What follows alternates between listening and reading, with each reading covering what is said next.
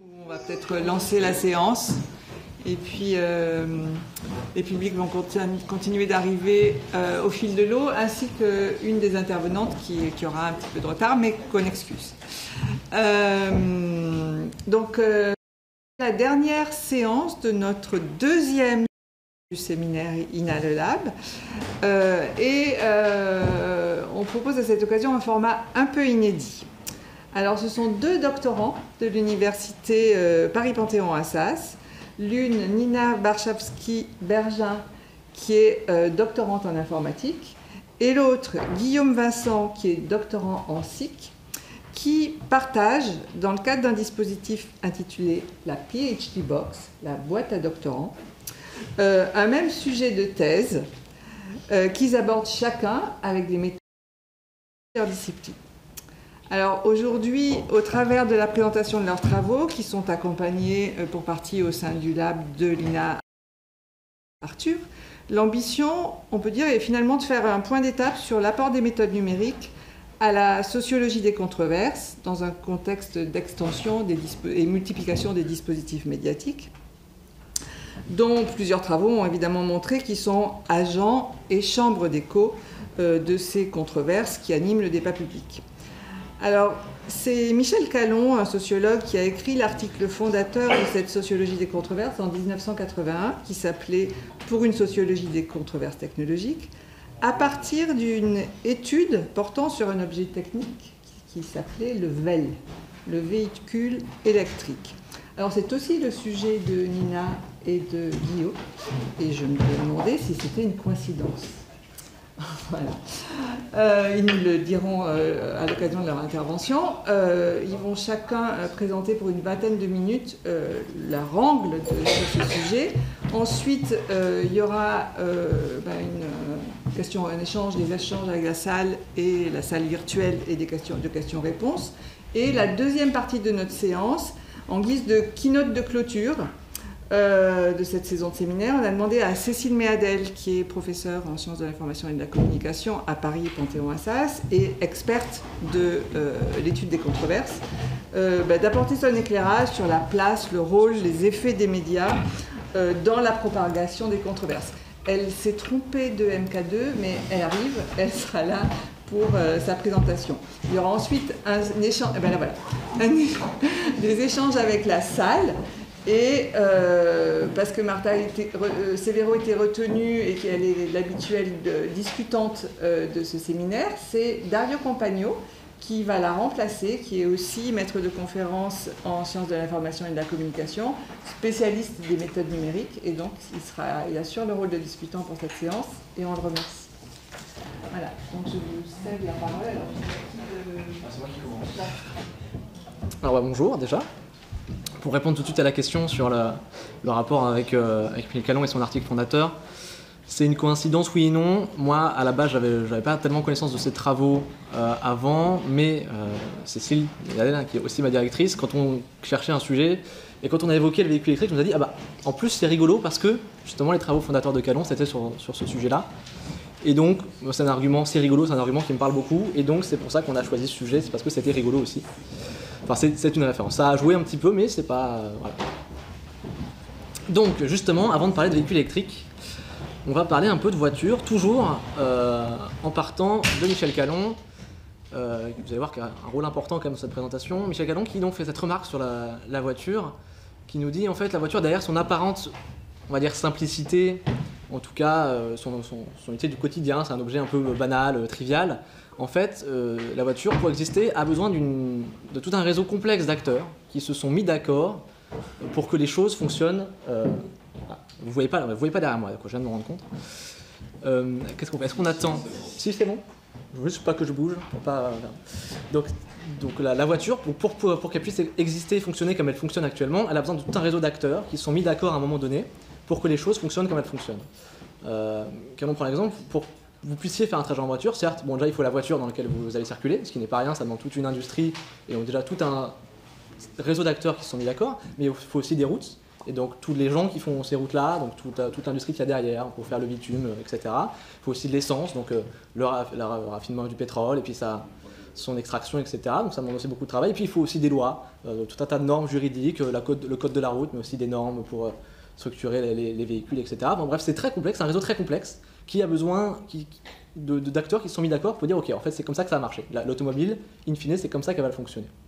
Et donc ça, c'est ce que Calon appelle une boîte noire, dans le sens où c'est un réseau très complexe, dont on a un peu oublié la complexité, puisque maintenant le réseau est à peu près stabilisé. On ne discute plus tous les jours de comment la voiture doit fonctionner, qui doit faire quoi dans ce grand réseau-là.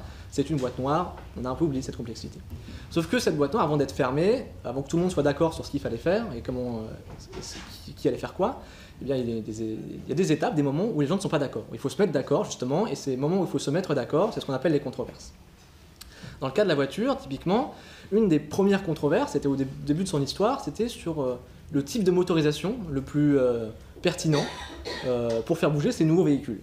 À l'époque, donc fin 19e siècle, on ne savait pas trop si c'était plutôt le moteur à vapeur qui était plus pratique, ou alors le moteur à explosion, le moteur thermique, à essence, ou alors plutôt le moteur électrique. On ne savait pas tellement quelle était la meilleure technologie possible, et pendant des décennies, il y a eu plusieurs constructeurs de différents modèles qui ont proposé des modèles, et puis finalement, tout le monde s'est remis d'accord pour dire que bon, a priori, c'est le moteur à explosion le meilleur, qu'on connaît actuellement, le moteur thermique à essence, et c'est là-dessus que toute cette boîte noire, ce réseau de l'automobile, s'est construit. Bon, le moteur à vapeur a largement disparu, mais le moteur électrique, lui, est resté un peu dormant, a connu plusieurs tentatives de résurgence, plusieurs prototypes qui n'ont jamais totalement marché.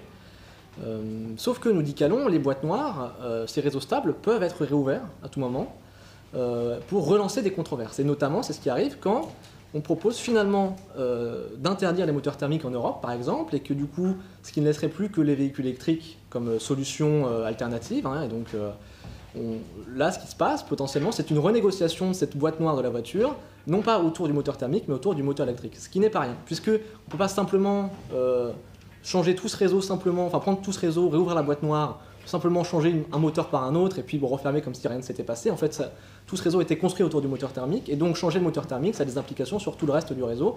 Typiquement, s'il n'y a plus de moteur thermique, il n'y a plus besoin d'essence, s'il n'y a plus d'essence, il n'y a plus les taxes sur l'essence qui permettent notamment de financer les routes, etc., etc. Donc ça a un impact sur tout le reste du réseau, ce qui n'est pas rien, puisque potentiellement, on est quand même sur un objet, l'automobile, qui est important dans nos sociétés, au-delà de l'enjeu économique, bien sûr, des emplois qu'il y a derrière, et puis des ressources que ça génère, mais c'est aussi quand même, on est quand même dans une société assez dépendante, qui repose quand même en grande partie sur l'automobile.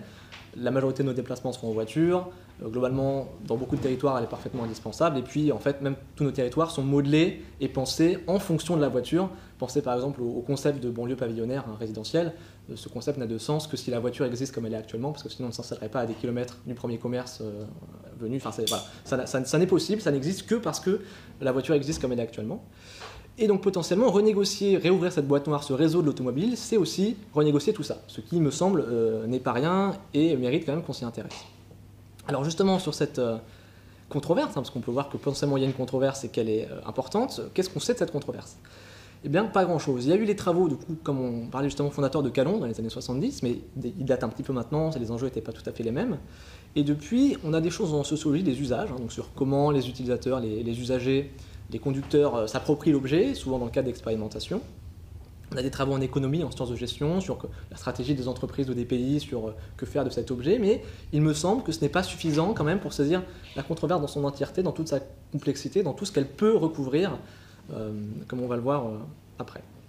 Donc c'est pour ça qu'on va essayer de s'atteler à ce véhicule électrique comme un objet de controverse, et pour ce faire, on va se baser sur un corpus médiatique, donc on va passer rapidement là-dessus, mais qui est en gros un corpus qui a été à la base construit comme un corpus de presse, de presse écrite, qui va des années 2000 jusqu'à 2023, donc janvier 2001 jusqu'à 2023, donc d'articles qui mentionnent le véhicule électrique. On a un peu de presse nationale, de la presse régionale aussi, et donc tout ça équilibré pour pas qu'il y ait un titre de presse qui ait plus de 800 articles, pour qu'on ait des bases de données, soient représentées de manière un peu.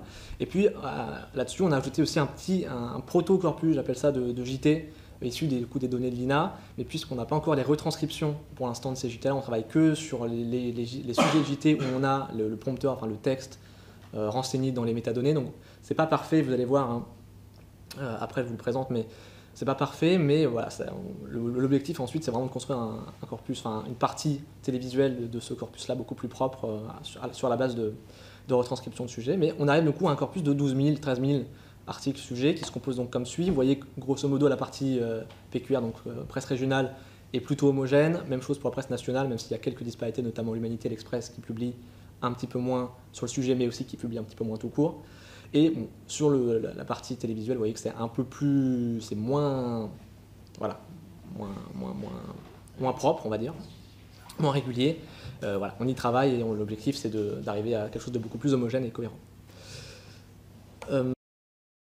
Plus qu'on va l'approcher, on va s'inspirer de ce qui se fait en cartographie des controverses, essayer d'identifier les différents acteurs, l'alliance entre eux, leurs différentes positions sur le véhicule électrique, afin d'essayer de voir plus clair, un peu de cartographier, de déplier cette controverse. Je dis s'inspirer seulement parce que normalement, il y a quand même une tradition d'enquête de terrain ethnographique, etc. Et vu que nous, on travaille sur corpus, forcément c'est limité, c'est pas tout à fait la même approche, on est plutôt sur une controverse comme elle est rendue publique médiatiquement, mais bon, je pense que c'est quand même un bon départ en tout cas pour s'intéresser à cette controverse. Et donc comment on va faire? On va s'inspirer de cette cartographie des controverses sur notre corpus. Eh bien, on utilise un algorithme, enfin un modèle de détection automatique d'entités nommées, donc d'UNAIR, qui détecte en fait automatiquement les personnes ou les organisations citées dans les articles ou les sujets. Et à partir de cette liste donc d'acteurs qu'on obtient, cités dans les articles, eh bien, on va aller acteur par acteur, année par année, creuser pourquoi est-ce que tel acteur est cité cette année-là, qu'est-ce qu'il fait à l'époque, voilà, pour essayer de retracer petit à petit au fil du temps dans la controverse. Quand même basée sur une analyse qualitative, hein, même si elle est un peu aiguille à la base numérique et computationnelle. On a donc défini plusieurs périodes de médiatisation. Globalement, les deux premières périodes, hein, donc en bleu et en jaune jusqu'à 2012, sont assez bien connues puisque l'analyse qualitative a été faite sur ces périodes-là. Les troisième et quatrième périodes sont moins connues. Je n'ai pas encore fait l'analyse qualitative dessus, donc c'est travail en cours. Hein, donc voilà, donc c'est un peu à titre indicatif et en basant sur la connaissance du dossier, je me suis dit que ça devait être des périodes cohérentes, du coup de mouvements différents dans la controverse et qu'on va essayer de présenter, de détailler un petit peu ici. Pour ce faire, on va se baser sur ce genre de réseaux, qui sont des réseaux de co-citation. Alors rapidement, un petit mot là-dessus. Donc ce sont des graphes de réseaux de co-citation. Chaque point, chaque nœud est un acteur. Deux acteurs sont liés s'ils sont cités ensemble dans un article. La taille des nœuds, c'est en fonction du nombre d'articles qui citent un acteur. Donc c'est pas du tout du degré ou du PageRank ou quoi que ce soit. C'est vraiment en fonction du nombre d'articles. Plus un acteur est cité, plus il est gros. Et puis la couleur des nœuds, c'est un peu plus complexe. Mais pour chaque période, en fait, j'ai passé donc, les articles du corpus sous un algorithme de topic modeling, donc LDA, donc détection de sujets, pour faire ressortir les grands sujets sur la période. Et je suis allé chercher du coup pour chaque acteur quel était le sujet le plus pertinent, le plus caractéristique de l'acteur. C'est pas parfait comme représentation, parce qu'il peut y avoir bien sûr plusieurs sujets pertinents pour chaque acteur, mais ça donne un ordre d'idée. C'est plus à but heuristique et pédagogique que vraiment à but d'analyse, mais voilà, c'est pour permettre de dérouler un peu la présentation. Et tout ça est spécialisé en Force Atlas 2, voilà, pour ceux que ça intéresse. Donc, cette première période, qu'est-ce qu'on y voit? On y voit déjà que les acteurs qui sont importants ne sont pas forcément ceux auxquels on pouvait s'attendre, puisque les constructeurs, en fait, sont assez périphériques au débat. Ce ne sont pas du tout les acteurs les plus cités et centraux du débat. Pourquoi? En fait, qu'est-ce qui se passe à l'époque? C'est que la question n'est pas tant de savoir s'il faut être pour ou contre le véhicule électrique, mais plutôt de savoir quelle sera la nouvelle technologie, le véhicule de demain, le véhicule du futur.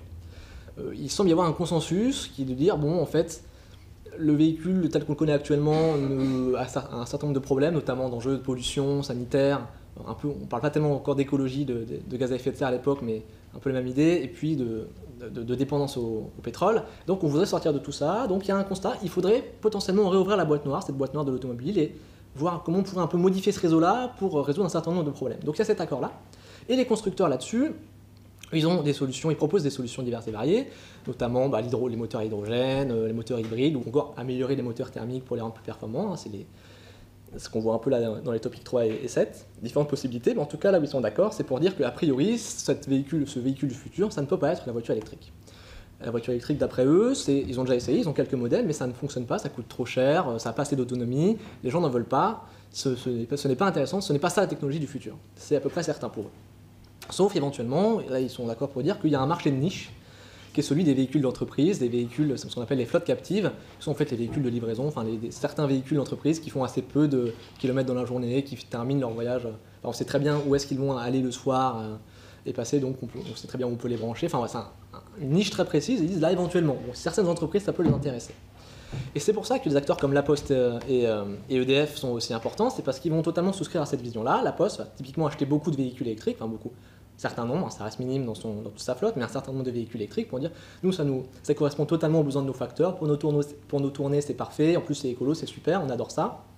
Donc beaucoup d'efforts de promotion et de communication pour chaque nouveau modèle acheté. Puis EDF pareil, va aussi beaucoup en acheter pour ses flottes, mais aussi va faire activement la promotion des véhicules électriques qui existent à l'époque, notamment auprès des municipalités, pour leur dire, vous voyez en fait, il y a tel modèle qui existe, et ça peut correspondre aux besoins de vos services municipaux ou services des collectivités. Et en fait, à cette époque-là, finalement, c'est plus EDF qui va essayer de vendre les véhicules des constructeurs que les constructeurs eux-mêmes. Les constructeurs eux-mêmes disent, bon, en fait, oui, on a des modèles, mais on n'essaie pas trop de les vendre, on a un peu fait une croix dessus. Et EDF, quand même, y croit beaucoup, ils disent, si, c'est super, n'hésitez pas, c'est un marché de niche, mais c'est un marché quand même. Et en face de cette vision, donc de ce consensus qui semble que, bon, a priori, les véhicules électriques, pas un grand avenir, on a deux acteurs et leurs alliés, qui sont Dassault et Bolloré, le groupe Dassault et le groupe Bolloré, qui vont essayer justement de développer un véhicule électrique pour particulier, pour monsieur tout le monde, en se basant sur les nouvelles technologies de batterie au lithium, donc utilisées dans les téléphones portables à l'époque, et même maintenant, et en disant, voilà, nous on pense qu'avec ces nouvelles batteries plus performantes, il y aura plus d'autonomie, donc on peut développer un marché de voitures électriques, pas de niche, mais potentiellement pour tout le monde, voilà, des voitures 4 places, esthétiques, qu'on peut utiliser le week-end et en semaine, comme nous dit Laurent Dassault. Donc ils vont fonder chacun de leur côté des entreprises, Dassault avec Eliez et Bolloré avec EDF, des entreprises, pour essayer de développer ces véhicules et convaincre les autres, notamment les constructeurs, notamment La Poste, enfin les potentiels clients, que en fait si, on peut faire des véhicules pour tout le monde. Donc à cette époque-là, donc cette pré-médiatisation du VE, le véhicule électrique est un peu coincé dans cette dichotomie-là de soit, selon les constructeurs, c'est un truc qui n'a pas tellement d'avenir, ou alors, selon quelques acteurs à la pointe, on va dire technologiquement, si potentiellement on peut faire des prototypes intéressants. Et ça va continuer comme ça jusqu'en 2008, où là, on voit bien que la médiatisation va un petit peu augmenter, notamment sous l'inflexion de Renault, qui va, sur cette deuxième période, donc se saisir du véhicule électrique, le redécouvrir et dire en fait vous voyez, en fait si, c'est super. Avec ces nouvelles technologies de batterie, en effet, nous on y croit très fort, comme dit Carlos Ghosn à l'époque. On pense que ça peut être la nouvelle technologie de voiture, ça peut être ça qui permettra de reconstruire la boîte noire de l'automobile autour de ça. On peut totalement le faire, c'est une technologie super en fait. Donc ils vont annoncer plusieurs modèles, faire beaucoup de communication, etc. Et puis, ils vont aussi faire beaucoup d'efforts pour se faire des alliés. Alors, bien sûr, l'État pourra obtenir des financements, des aides publiques, etc., mais aussi pour faire construire tout un réseau de bornes de recharge. Parce qu'en fait, dans la vision de Renault, certes, la voiture électrique a quand même une autonomie plus faible qu'un véhicule thermique. On peut faire moins de kilomètres avec un plein de batterie qu'avec un plein d'essence. Mais, nous dit Renault, avec une infrastructure de recharge, un réseau de recharge suffisamment développé, donc soit des stations ou alors carrément même des stations de recharge ou des stations de remplacement de batterie, on peut arriver à un usage qui serait totalement comparable à ceux des véhicules thermiques. On arrive, on fait quelques kilomètres, on branche la voiture et puis on repart comme si de rien n'était. Et donc, ça pourrait totalement remplacer. Nous dit Renault, on pourrait totalement concevoir d'ouvrir la boîte noire d'automobile, mettre le véhicule électrique à la place, modifier quelques acteurs quand même, mettre de quoi faire des bornes, etc. Mais globalement, on pourrait réussir à quelque chose qui se tient, une automobile qui se tient autour d'un véhicule électrique. Les autres constructeurs sont assez dubitatifs, globalement ils n'y croient pas, ils disent certes c'est un marché de niche et on admet que les batteries au lithium c'est beaucoup mieux, mais c'est pas suffisant, ça reste un marché de niche et c'est tout, ça ira pas plus loin. Eux ils préfèrent d'autres technologies, l'hybride ou amélioration du thermique, etc. Mais globalement pour eux c'est pas ça et c'est encore trop compliqué, ça demande encore trop de changements à ce réseau d'acteurs de l'automobile que de passer aux voitures électriques. Et en parallèle de ce débat-là entre constructeurs, en fait se développent d'autres visions de ce qu'on peut faire avec un véhicule électrique beaucoup plus j'ai envie de dire radical, notamment si on va dans l'initiative Autolib, qui est donc le service d'autopartage fondé sur le modèle du Vélib à Paris, lancé par Bertrand Delanoë, qui en fait vise comme un Vélib, à avoir des véhicules électriques en location qu'on peut louer à la journée ou à l'heure même pour faire nos petits trajets.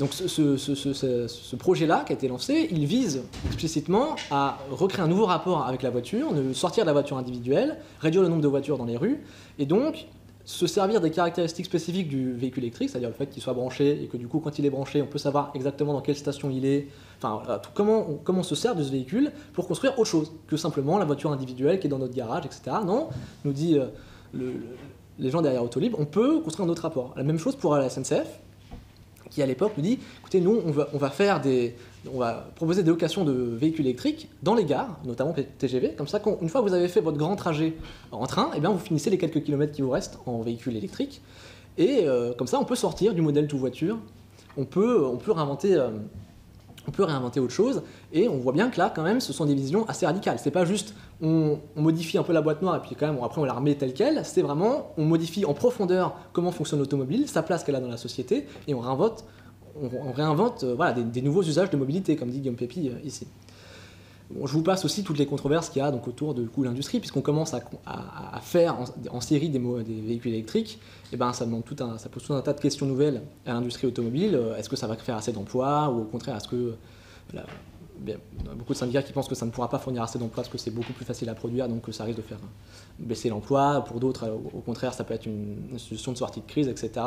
Aussi plein d'enjeux autour de... il faut développer de nouvelles expertises, parce que les constructeurs ne savent pas faire des batteries au lithium, c'est pas du tout leur métier. Donc oui, il faut trouver des personnes qui savent en faire, trouver des nouveaux alliés. Renault se rapproche à ce titre du commissariat à l'énergie atomique pour les aider à faire une batterie. Donc des alliances comme ça qui peuvent paraître improbables, mais qui ont lieu à l'époque. Et c'est comme ça jusqu'en 2012 où justement les modèles de Renault vont finir de sortir, être bien sortis. On va pouvoir commencer à avoir les retours d'expérience des premiers véhicules et avoir un peu plus de recul sur cette technologie qui encore à l'époque est encore assez balbutiement. Il y a très peu de modèles en circulation, etc. Et du coup on arrive dans les troisième et quatrième périodes où je vais passer rapidement parce que comme je vous le disais, j'ai pas fait l'analyse qualitative, donc on va seulement essayer de souligner quelques grands axes qui semblent se confirmer ou s'infirmer. Mais en troisième période, donc à partir de 2013, globalement on observe que Renault reste central, mais qu'il est quand même rattrapé sur la question par plein d'autres acteurs qui gagnent aussi en importance, notamment Tesla qui apparaît à cette époque-là, beaucoup. Les autres constructeurs cependant ne sont pas tous sur le véhicule électrique, on voit Topic 5, Topic 7, globalement on est quand même sur d'autres technologies de motorisation possibles, il y a toujours une controverse sur s'il faut construire d'autres technologies possibles, en tout cas il y a toujours une controverse sur à quoi va ressembler la voiture de demain.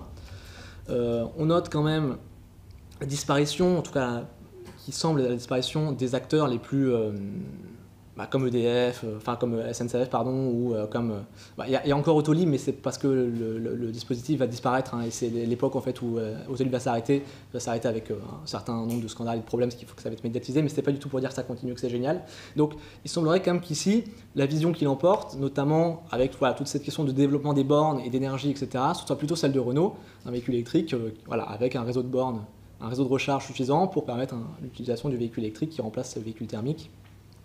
Et globalement, à quatrième période, à partir de 2019, la tendance semble se confirmer avec Tesla, qui sont, je pense, est dans la même ligne que Renault, c'est-à-dire avec les superchargeurs, avec les super véhicules qui peuvent faire beaucoup plus de kilomètres que les autres. Enfin voilà, cette même idée d'un véhicule électrique qui peut remplacer le véhicule thermique. Donc Tesla et Renault, qui semblent prendre la tête quand même de cette histoire, et que Macron aussi qui gagne en importance, le politique, Macron est quand même globalement plus important que les autres politiques dans les autres périodes comparativement. Et puis toujours ces questions d'enjeux d'émissions, de charges, bornes de recharge, de réseaux de recharge, et puis des questions écologiques qui sont quand même plutôt aller indiquer que la vision du véhicule électrique qui semble gagner semble plutôt être celle de Renault, donc qui pourrait remplacer le véhicule thermique. Et globalement, le vote du Parlement européen pour l'interdiction du véhicule thermique semble l'indiquer aussi. Alors pour conclure rapidement, quelques limites quand même de cette méthode. Déjà, on a parfois du mal à saisir quelques acteurs, notamment je pense à la Chine, qui sont mal saisis par les modèles de détection d'identité. La Chine, qui est pourtant un acteur important de cette controverse, là n'apparaît pas ou difficilement, donc il va sans doute falloir améliorer un peu le modèle pour aller chercher cet acteur-là. Et je ne parle même pas plus des acteurs non humains qui, dans la théorie des acteurs réseau, sont importants mais qui ne sont pas repérés ici. Autre problème, c'est qu'on ne pense pas tellement le dispositif médiatique en tant que tel. En fait, de fait, je me base sur un corpus de médias, mais en fait, il n'apparaît pas tellement. On ne se rend pas compte en fait qu'on passe quand même. Tous ces acteurs-là ne sont à travers un prisme médiatique. Et donc ça, c'est un peu oublié ici, et c'est un peu dommage. Donc ça, c'est quelque chose qui reste encore à travailler pour bien saisir et pour bien comprendre. Mais globalement, je pense quand même qu'on se rend bien compte que ce véhicule électrique tel qu'on le voit actuellement, ça n'a pas toujours été une évidence, qu'il a fallu le construire, que ça a demandé des efforts à beaucoup d'acteurs, notamment Renault, et que d'autres visions étaient possibles, quoi, potentiellement, qu'on aurait pu faire autre chose à partir de cette technologie, et peut-être que même d'ailleurs d'autres choses vont être faites, parce que de toute façon l'interdiction des véhicules thermiques peut être renégociée bientôt, et va sans doute l'être, donc voilà, tout reste encore à négocier, et donc c'est un travail, c'est une controverse à part entière. Voilà, merci beaucoup.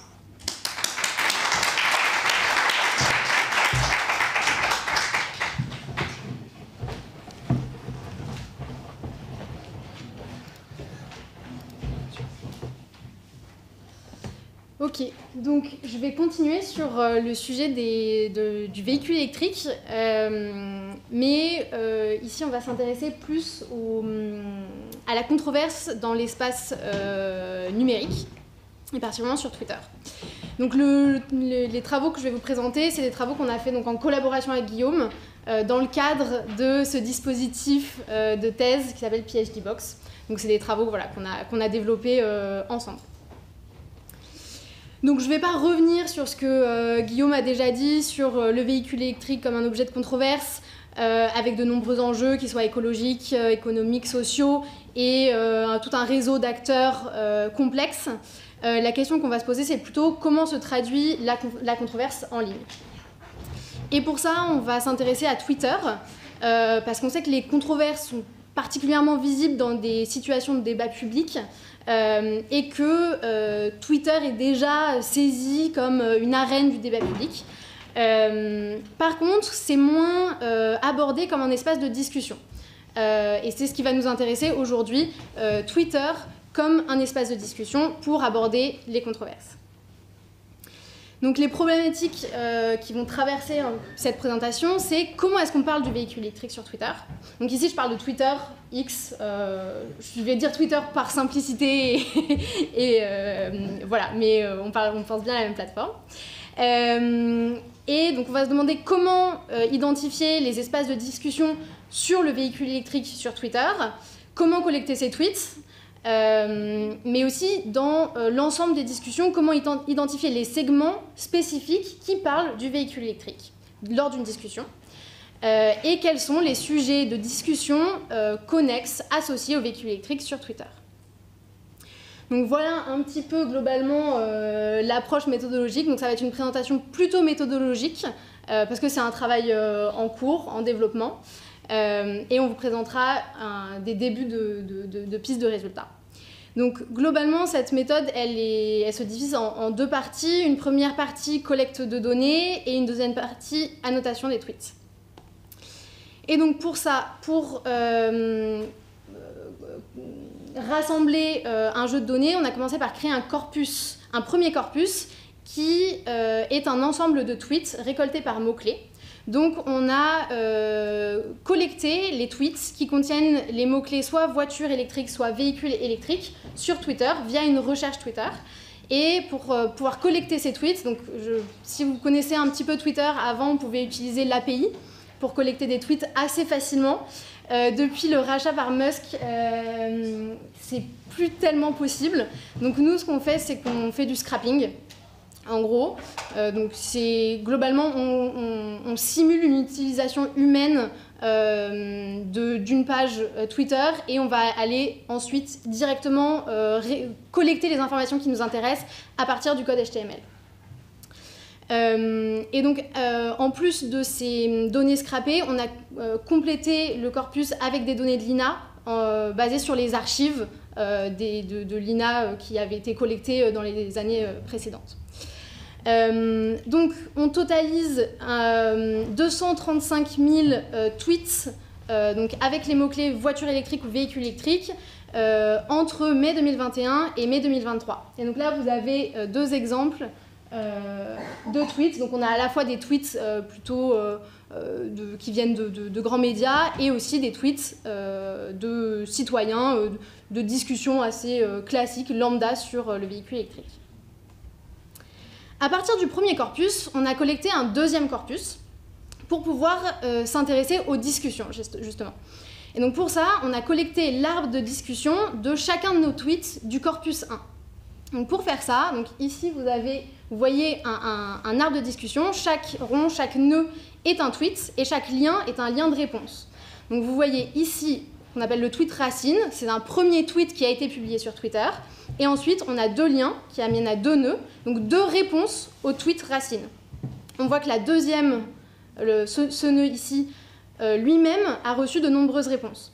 Et donc, à partir d'un premier tweet de notre corpus 1, qui est ici le nœud en rouge, qui est un tweet qui contient un mot-clé véhicule électrique ou voiture électrique, on a pu remonter la chaîne des réponses jusqu'au tweet racine pour ensuite récolter l'ensemble de l'arbre de discussion. Et donc, à partir de cette méthode de collecte d'arbres de discussion, on a collecté 20 000 arbres qui correspondent au tweet de notre corpus 1 qui va de novembre 2022 à mai 2023. La raison pour laquelle la durée, l'échelle de temps de nos 2 corpus n'est pas la même, c'est simplement parce que c'est beaucoup plus compliqué aujourd'hui de collecter des données sur Twitter et c'est surtout beaucoup plus long. Donc on n'a pas pu collecter autant de tweets qu'on l'aurait voulu. Ben voilà, c'est des collectes qui sont toujours en cours mais qui prennent du temps. Et donc ces 20 000 arbres, ils totalisent 875 000 tweets, dont 752 000 en français. Pour vous donner un exemple d'arbre de discussion, voilà à quoi ça peut ressembler. Donc ici, on voit un premier tweet racine qui réagit à un incendie d'une voiture. Et donc vous voyez, en clair, on a les tweets qui parlent de différents sujets, et en rouge, on a les tweets qui parlent spécifiquement de voitures électriques. Donc on voit que les 2 premiers tweets de notre discussion parlent de voitures, mais pas spécifiquement du véhicule électrique. Et ensuite, à partir des réponses au 2e tweet, on voit que de chaque côté de l'arbre, apparaît le sujet du véhicule électrique. Et donc, d'un côté, on voit tu me parles de l'urgence climatique, et du coup, j'imagine que tu roules en voiture électrique. Et on voit qu'ensuite, il y a une suite de 3 messages qui parlent du véhicule électrique, et ensuite, voilà, c'est un peu l'idée de vous montrer que le véhicule électrique peut apparaître à un endroit de la conversation, repartir et revenir. Voilà, il y a des alternances comme ça. Et donc, pour essayer de comprendre un peu, de saisir quels sont les différents sujets dans l'ensemble de ces tweets, de tous ces arbres, on a une première approche qui est de faire du topic modeling sur l'ensemble des arbres de discussion. Donc on a utilisé un modèle qui s'appelle LDA, qui permet d'extraire des topics dans un ensemble de documents. Donc ici, on a agrégé les tweets d'un arbre pour en faire un document. Dans un premier temps, la logique voudrait qu'on utilise un tweet comme un document pour appliquer notre topic modeling. Le problème, c'est que les tweets sont des textes plutôt courts, avec une syntaxe très hétérogène, et que ça donne assez peu de résultats intéressants, lisibles, et que donc l'approche d'agréger tous les tweets d'un même arbre pour en faire un document permet déjà d'allonger la taille d'un document et donner des résultats plus intéressants et plus analysables. Donc ici, on identifie 10 topics qu'on peut regrouper en 4 clusters que je vais vous présenter. Donc dans un premier temps, on a le cluster transport avec le topic 2 et 5, où on voit donc évidemment une grande place de la voiture, que ce soit la voiture électrique ou thermique, mais aussi d'autres modes de transport comme le vélo, et des enjeux liés au transport, donc le prix, l'essence, voilà, l'énergie, les carburants. On a un deuxième cluster autour de l'énergie, avec des spécificités régionales. Donc dans le topic 3, on voit nucléaire, charbon, donc différentes sources d'énergie, mais plutôt avec une dimension européenne, où on retrouve l'Allemagne et la France. Alors que dans le topic 4, on retrouve les mêmes enjeux énergétiques et un peu climatiques, mais avec une dimension très forte sur le Québec. Parce que du coup, nous, on a récolté des tweets en français, francophone, mais on récolte toute la francophonie, et donc il y a toute une partie de notre corpus qui a des discussions très spécifiques au Québec, et notamment à Hydro-Québec. Ensuite, on a un cluster qui parle plutôt de politique française et d'actualité politique. On retrouve à la fois la réforme des retraites, des grèves, différents acteurs comme la CGT, le RN, Macron, mais aussi un peu des enjeux peut-être plus géopolitiques avec guerre et Russie. Et enfin, un dernier cluster, sciences et environnement, avec le topic 8 plutôt axé sur des enjeux sanitaires, avec le vaccin et le Covid, et topic 9 sur des enjeux scientifiques plus écologiques et environnementaux. Et donc, avec cette approche de topic modeling, ça nous permet d'avoir une idée un peu large de quelles sont les thématiques qui sont présentes dans notre corpus d'arbres de discussion. Donc, on identifie transport, énergie, sciences, environnement et politique. Par contre, ça ne répond pas réellement à notre objectif de départ, qui est d'essayer de comprendre de quoi on parle quand on parle de véhicules électriques et où est-ce qu'on parle spécifiquement de véhicules électriques. Parce que si on se souvient de cet exemple-là, on a dans un même arbre certains tweets qui parlent spécifiquement de véhicules électriques et d'autres qui parlent de transport, d'automobile, mais qui n'est pas en lien direct avec le véhicule électrique. Donc on a toujours cette question de comment est-ce qu'on arrive à identifier spécifiquement ces tweets-là. Donc ce qu'on a choisi comme approche, c'est une approche automatique qui permet de labelliser rapidement une grande quantité de tweets. Et pour en arriver à cette approche automatique, il a fallu passer par une première étape de labellisation manuelle, ou ce qu'on peut appeler aussi codage manuel, d'un sous-corpus de tweets.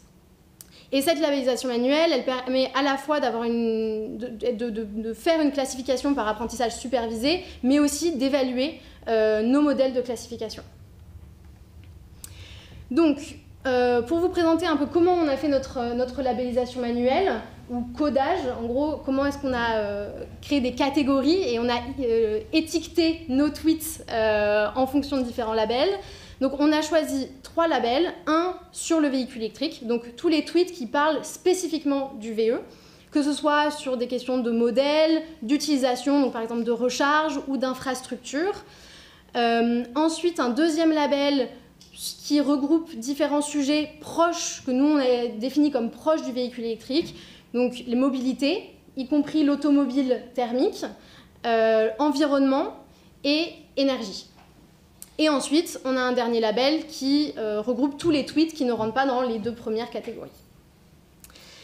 Et donc, pour labelliser un sous-ensemble de notre corpus, on a sélectionné au hasard certaines branches de nos arbres. Donc, comme vous pouvez le voir ici, là par exemple, dans cet arbre-là, on a sélectionné en gros, on choisit un tweet au hasard et ensuite on remonte jusqu'à la racine. Ce qui nous permet de labelliser nos tweets par branche et surtout par ordre chronologique. Donc on commence à la racine et on labellise les tweets un par un, ce qui permet aussi d'encoder le contexte de ce tweet. Après un premier batch de labellisation, on s'est rendu compte que nos 3 classes de labels, donc nos 3 groupes de tweets labellisés avec nos 3 labels, étaient très inégaux. Donc on avait beaucoup moins de tweets sur le véhicule électrique que dans les 2 autres classes, ce qui peut poser un problème ensuite pour les modèles de classification. Donc on est passé par une étape de rééquilibrage des classes où on a sélectionné des branches où, par mots-clés, on savait que le véhicule électrique était présent plus que dans d'autres branches. Et donc on arrive à un total de 1621 tweets labellisés manuellement, dont 472 sur le véhicule électrique, 616 proches du véhicule électrique et 533 autres. Et donc à partir de cette labellisation manuelle, on a pu entraîner un classifier donc nous on a choisi un modèle qui s'appelle le Stochastic Gradient Descent, qui est un modèle relativement simple de machine learning en apprentissage supervisé. Donc on a utilisé 972 tweets qu'on avait manuellement labellisés pour entraîner notre modèle. Donc ça représente 60% de notre corpus labellisé. Et on a utilisé les tweets restants, donc 650 tweets, pour tester notre modèle. Donc ce qu'on a fait, c'est qu'on a donné juste le texte de notre tweet à notre modèle et on a regardé la réponse, donc comment est-ce que notre modèle classifiait automatiquement le tweet et on regardait si le modèle était en accord avec notre labellisation manuelle. Et donc, grâce à cette approche de test, on arrive à une accuracy de 77%. Donc 77% d'exactitude dans les prédictions de notre modèle. Et donc, une fois qu'on généralise ce modèle à l'ensemble de notre corpus, donc l'ensemble des tweets de nos arbres, on arrive à 80 000 tweets sur le véhicule électrique, donc environ 11% de nos tweets. Si on s'intéresse maintenant uniquement à ces 80 000 tweets qui ont été classifiés sur le véhicule électrique et qu'on regarde combien de tweets par jour ont été postés sur le véhicule électrique, on voit qu'en moyenne, on tourne, sur notre période de 6 mois à peu près, on tourne entre 300 et 800 tweets avec un pic particulier mi-février qui correspond en fait au vote du Parlement européen pour la fin des moteurs thermiques à la vente de véhicules neufs en 2035. Ensuite, on a voulu caractériser un peu nos différentes catégories et pour ça, on a regardé les termes les plus spécifiques par classe ou par catégorie. Et donc pour ça, j'ai regardé la probabilité qu'un terme apparaissent dans une classe normalisée par la probabilité de ce terme dans l'ensemble du corpus.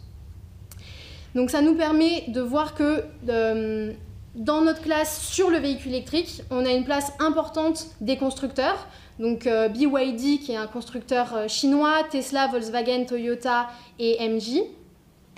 On a aussi une place importante des caractéristiques des véhicules électriques, donc hybrides, rechargeables, ion, sodium, donc des enjeux liés à leur batterie.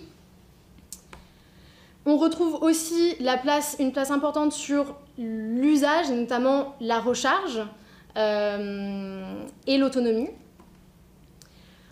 Ensuite, dans notre catégorie proche du véhicule électrique, donc je vous rappelle, on a défini notre classe autour des thématiques de mobilité,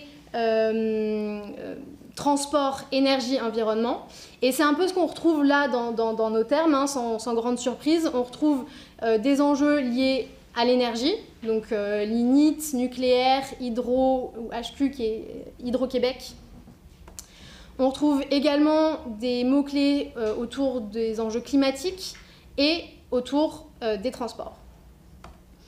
Pour ce qui est de notre dernière catégorie, autre, on voit que c'est beaucoup plus difficile de donner une forme de cohérence et d'analyser et d'appréhender cette catégorie via cette approche par mots-clés.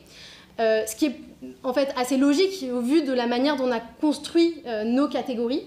Et on voit bien donc que cette approche de classification autour du véhicule électrique permet bien d'identifier des mots-clés et d'appréhender la manière dont on parle du véhicule électrique, mais quand on a des catégories beaucoup plus larges comme notre catégorie autre, on voit qu'on retrouve de nombreux sujets un peu banals ou présents sur Twitter, mais qui sont difficiles à synthétiser.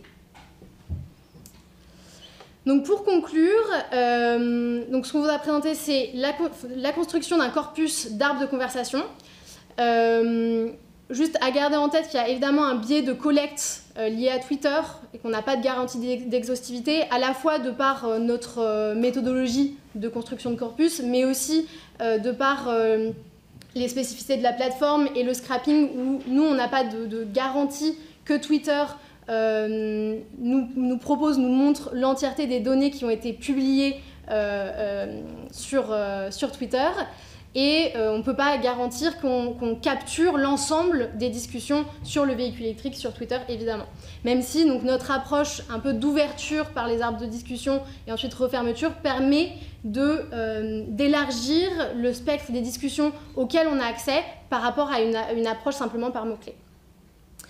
Et ensuite, sur l'identification des tweets sur le véhicule électrique, donc je vous ai montré un modèle de machine learning qui est un peu une première étape qui reste à optimiser. Donc on est encore en train d'améliorer en testant différents modèles, et notamment en testant des approches plutôt de LLM, qui ne sont pas encore très convaincantes à l'heure actuelle, mais qui pourraient donner des résultats intéressants. Et on a aussi pour ambition d'agrandir notre jeu de données de tests pour pouvoir mieux évaluer nos modèles. Et juste pour finir, pour ouvrir un peu notre ambition avec ces premières étapes, c'est de pouvoir analyser, maintenant qu'on a une idée de quel tweet parle spécifiquement du véhicule électrique, pouvoir analyser de manière plus fine les discussions sur le véhicule électrique, à la fois de manière qualitativement et de manière computationnelle, et de mieux comprendre également le contexte dans lequel se situent ces discussions, et de comprendre à quel moment dans les arbres un tweet sur le véhicule électrique apparaît. Donc, quel autre sujet génère une discussion sur le véhicule électrique? Voilà.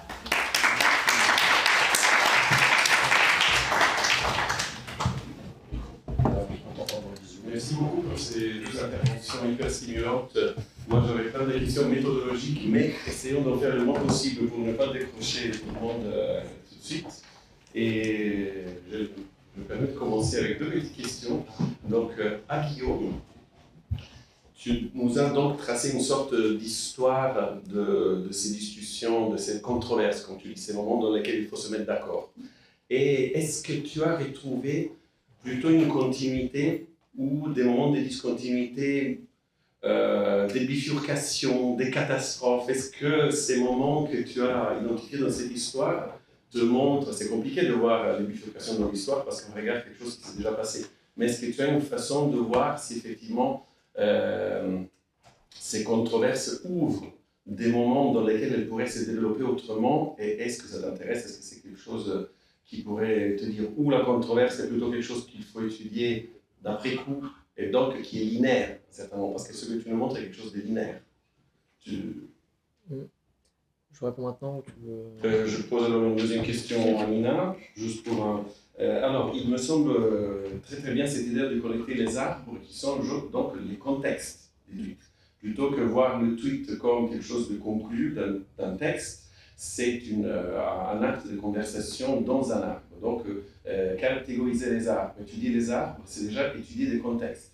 Et là, en réalité, la question, tu l'as un peu anticipée, la question que je voulais te poser, tu l'as anticipée, c'est quand qu'on déclenche l'électrique. Là, tu as parlé de réussite, le fait qu'il y a des gens qui disent que les Français ont un problème avec la réussite des autres et tac, électrique.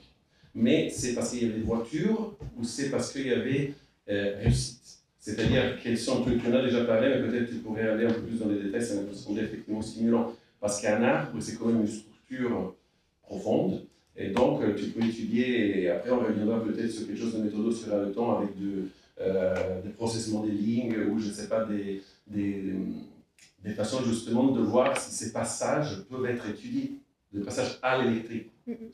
Alors sur cette notion de bifurcation, je pense que notamment ces acteurs qui proposent potentiellement de servir du véhicule électrique pour créer un nouveau rapport complètement différent à l'automobile, c'est un moment de bifurcation possible, qui je pense n'a pas été saisi, mais je pense que c'est un peu une des limites de la méthode, c'est que je pense pas que ce soit forcément à travers ce prisme médiatique qu'on est le mieux armé pour s'intéresser à ces moments-là. Je pense qu'il faudrait là typiquement aller dans les coulisses de la controverse, dire ok, parce qu'en fait on ne voit que ce que la SNCF, donc la SNCF veut bien médiatiser, donc ses réussites, ses grands projets, mais les moments où pourquoi est-ce que finalement le projet on n'entend plus tellement parler, c'est pas tellement dans les médias qu'on va trouver l'information, donc il faudrait sans doute aller dans des rapports internes ou même sans doute dans toute la littérature scientifique qui a pu être produite, côté technique, côté sciences d'ingénieur, etc. pour pourquoi est-ce qu'en fait ce projet-là n'a pas pu fonctionner, enfin voilà. Donc je suis pas sûr que malheureusement la méthode soit la plus adaptée, et c'est pour ça qu'il faudrait sans doute la redoubler avec un travail plus, comme le conseil, la cartographie des controverses, c'est-à-dire vraiment le prendre dans son entièreté, dans toutes les arènes dans lesquelles elle a lieu, pour essayer de la comprendre le mieux possible. Donc, mais oui, je pense que concrètement, mais c'est dur à voir, puisque c'est souvent masqué justement par la bifurcation, par l'évidence que en fait maintenant c'est comme ça, si c'est comme ça c'est que ça a toujours plus ou moins dû l'être, et que voilà, et c'est d'autant plus évident que en fait l'acteur dominant de cette médiatisation, c'est Renault quand même, et je pense que j'ai l'impression quand même que c'est globalement leur vision, ça reste à confirmer, et que c'est leur vision quand même qui l'a emporté, qui semble en emporter au final. Mais oui, je pense que clairement il y a de la bifurcation, mais il faut la chercher. Et malheureusement, je sais pas si c'est la meilleure méthode pour la détecter. Enfin, en tout cas, c'est une méthode qui a des limites, c'est sûr. Voilà, je sais pas si je réponds à la question, mais Totalement. Merci. Et du coup, sur qu'est-ce qui déclenche les discussions sur le VE, c'est une très bonne question, c'est une question qui nous intéresse beaucoup, mais auquel, voilà, comme je disais, on n'a pas encore vraiment la réponse. On s'y intéresse.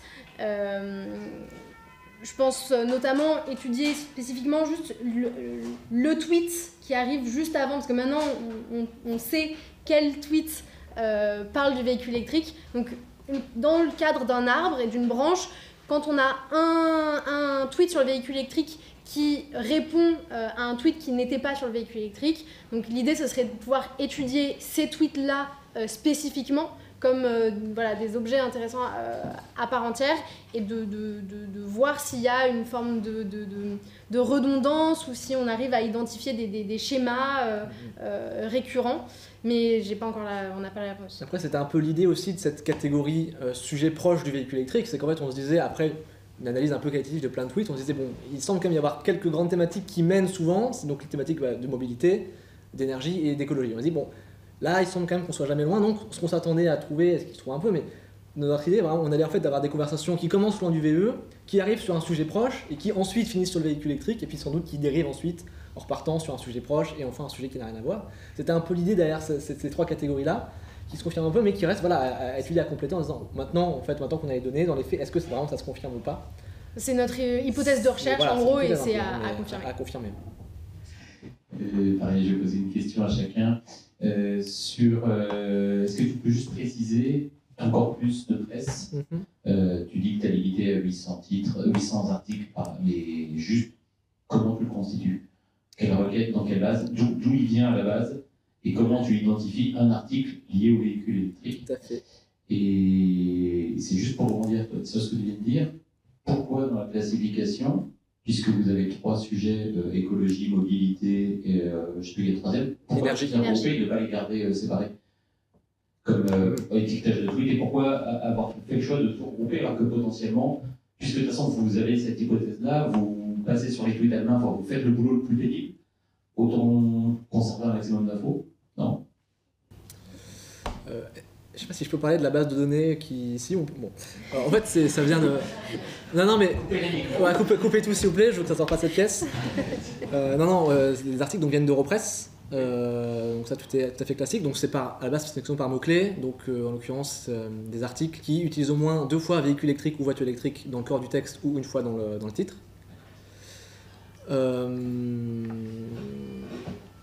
Voilà, et puis ensuite ça s'est resamplé. Donc on fait aussi avec les données d'Europress. Typiquement, si j'ai ces titres-là, à la base, j'étais parti sur tout ce qui se faisait en presse nationale. Enfin, il y avait la presse quotidienne nationale, généraliste, et aussi un peu de magazines.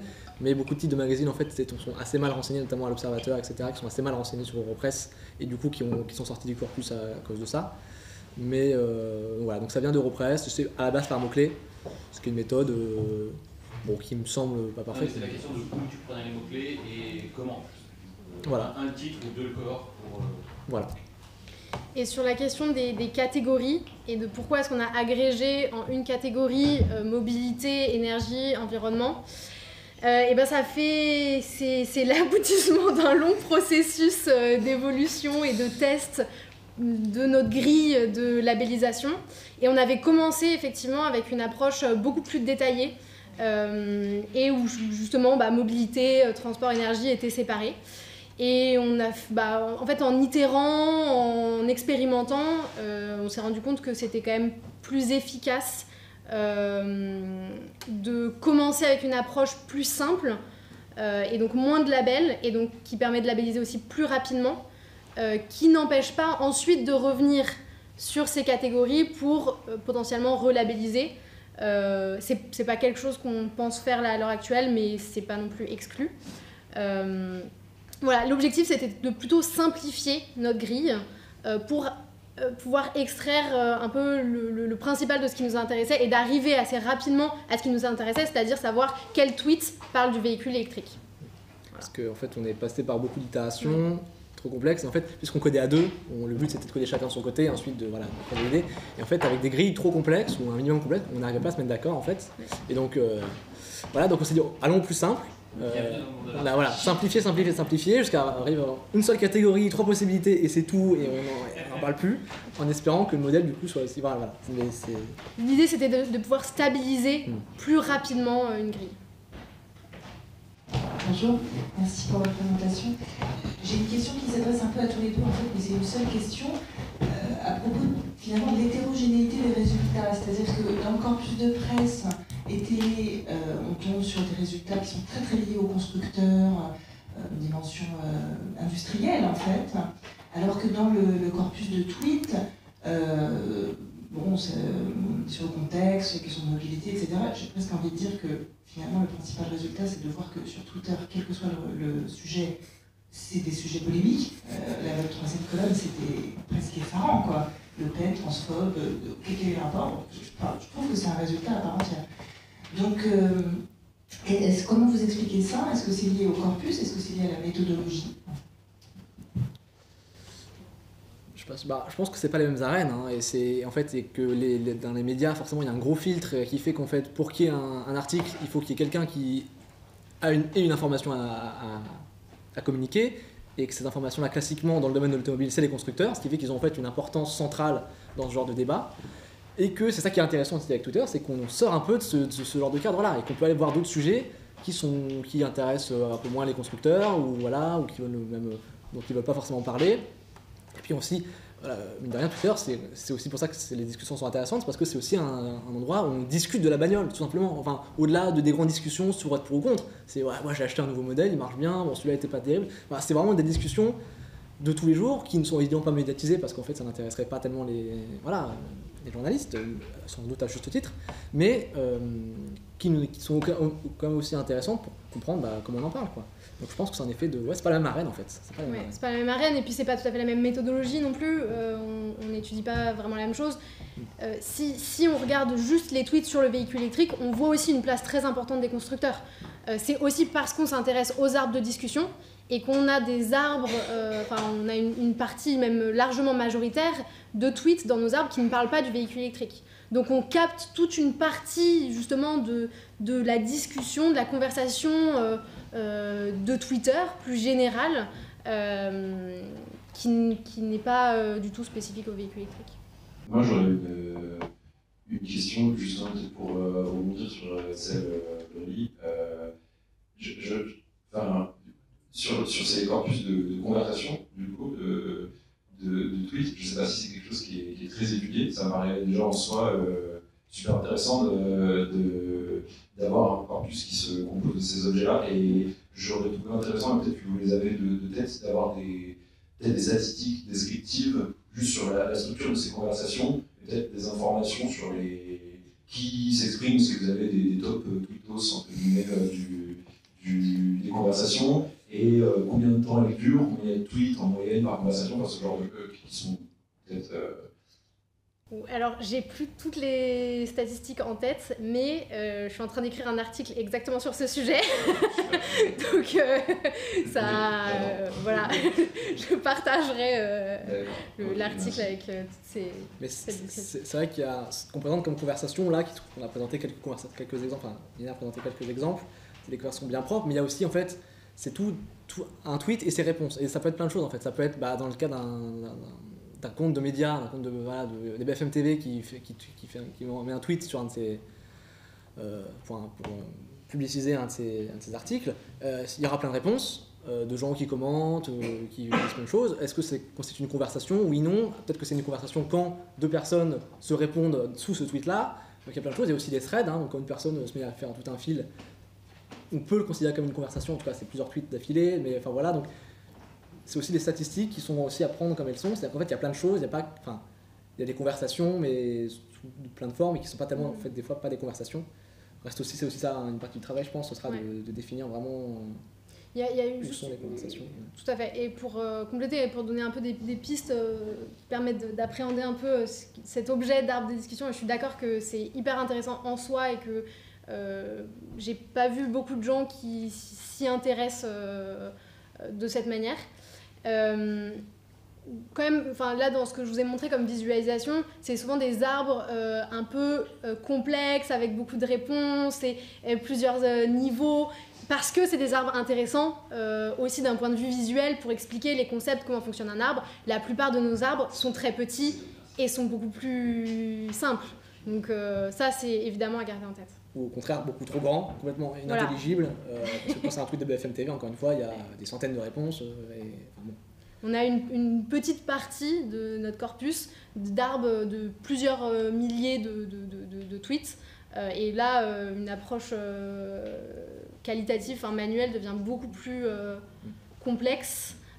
Et c'est généralement, ces gros arbres, c'est soit suite à un tweet de Macron, soit un tweet de BFM TV, de TPMP. Grosso modo, c'est ça. Merci beaucoup. D'autres questions? Merci beaucoup alors. Merci.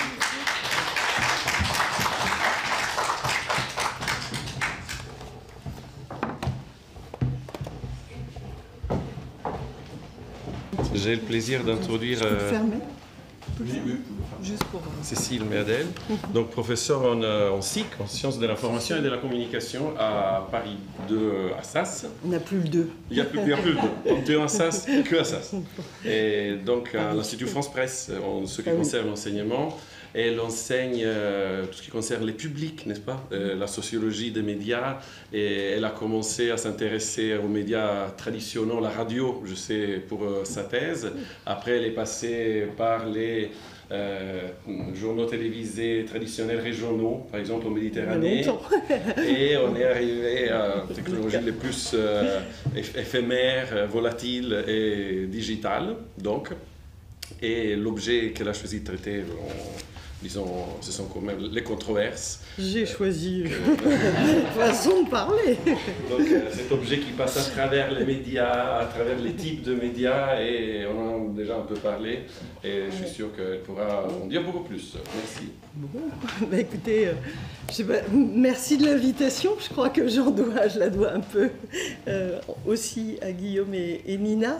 Et on m'a demandé de venir vous parler de mon parcours mon parcours en fait sur, avec et autour des controverses. Et c'est un parcours de plusieurs lustres. Alors en fait, du coup, j'ai réfléchi aux controverses sur lesquelles j'avais personnellement travaillé, et je me suis dit que si je vous disais le nom de ces controverses, probablement ça dirait presque plus rien à la plupart d'entre vous. J'ai travaillé sur des trucs comme le D2 Mac Paquet, c'était l'ancêtre de la télévision haute définition, l'UDRP, l'Uniform Dispute Resolution Problem pour les noms de domaine au début de l'ICANN, le Motivac, ça doit encore peut-être dire un peu un truc au plus ancien de l'INA, qui était un système pour mesurer la présence, l'audimat avec une caméra, etc. etc. Et bon, ou le STIC, les premiers fichiers policiers qui étaient censés établir la cartographie des gens mis en cause etc. Et puis ça a continué jusque plus récemment aux applications peer-to-peer et au Bitcoin. Donc, bon, j'ai quand même travaillé, même si ça fait quelques années que c'est moins le cas, j'ai quand même travaillé sur des controverses. Mais surtout, j'ai beaucoup travaillé avec des controverses parce que, comme je vais juste le rappeler, ça a été mon enseignement principal pendant ma carrière à l'école des mines. Et puis, j'ai travaillé aussi autour des controverses parce que, comme vous le savez, les controverses font l'objet de beaucoup de controverses. Bon, alors, je ne vais pas revenir sur l'histoire de la controverse en tant que disons, concept de recherche et comme comme voie de recherche ouverte, parce que Guillaume l'a déjà un peu dit, c'est vraiment c'est la fin des années 70 et c'est un laboratoire qui vient juste de se créer et qui s'est créé autour quand même principalement. On est dans une école d'ingénieurs, voilà, de managers ingénieurs. Donc ça s'est créé dans une école d'ingénieurs autour un centre de sociologie qui était quand même orienté industrie, mais qui très très vite s'est penché sur la manière dont les connaissances scientifiques circulent. Et l'idée, c'était vraiment d'essayer de faire, dans une vision très constructiviste des sciences, comme l'avait déjà à l'époque Michel Serres, c'était d'essayer de comprendre comment la science va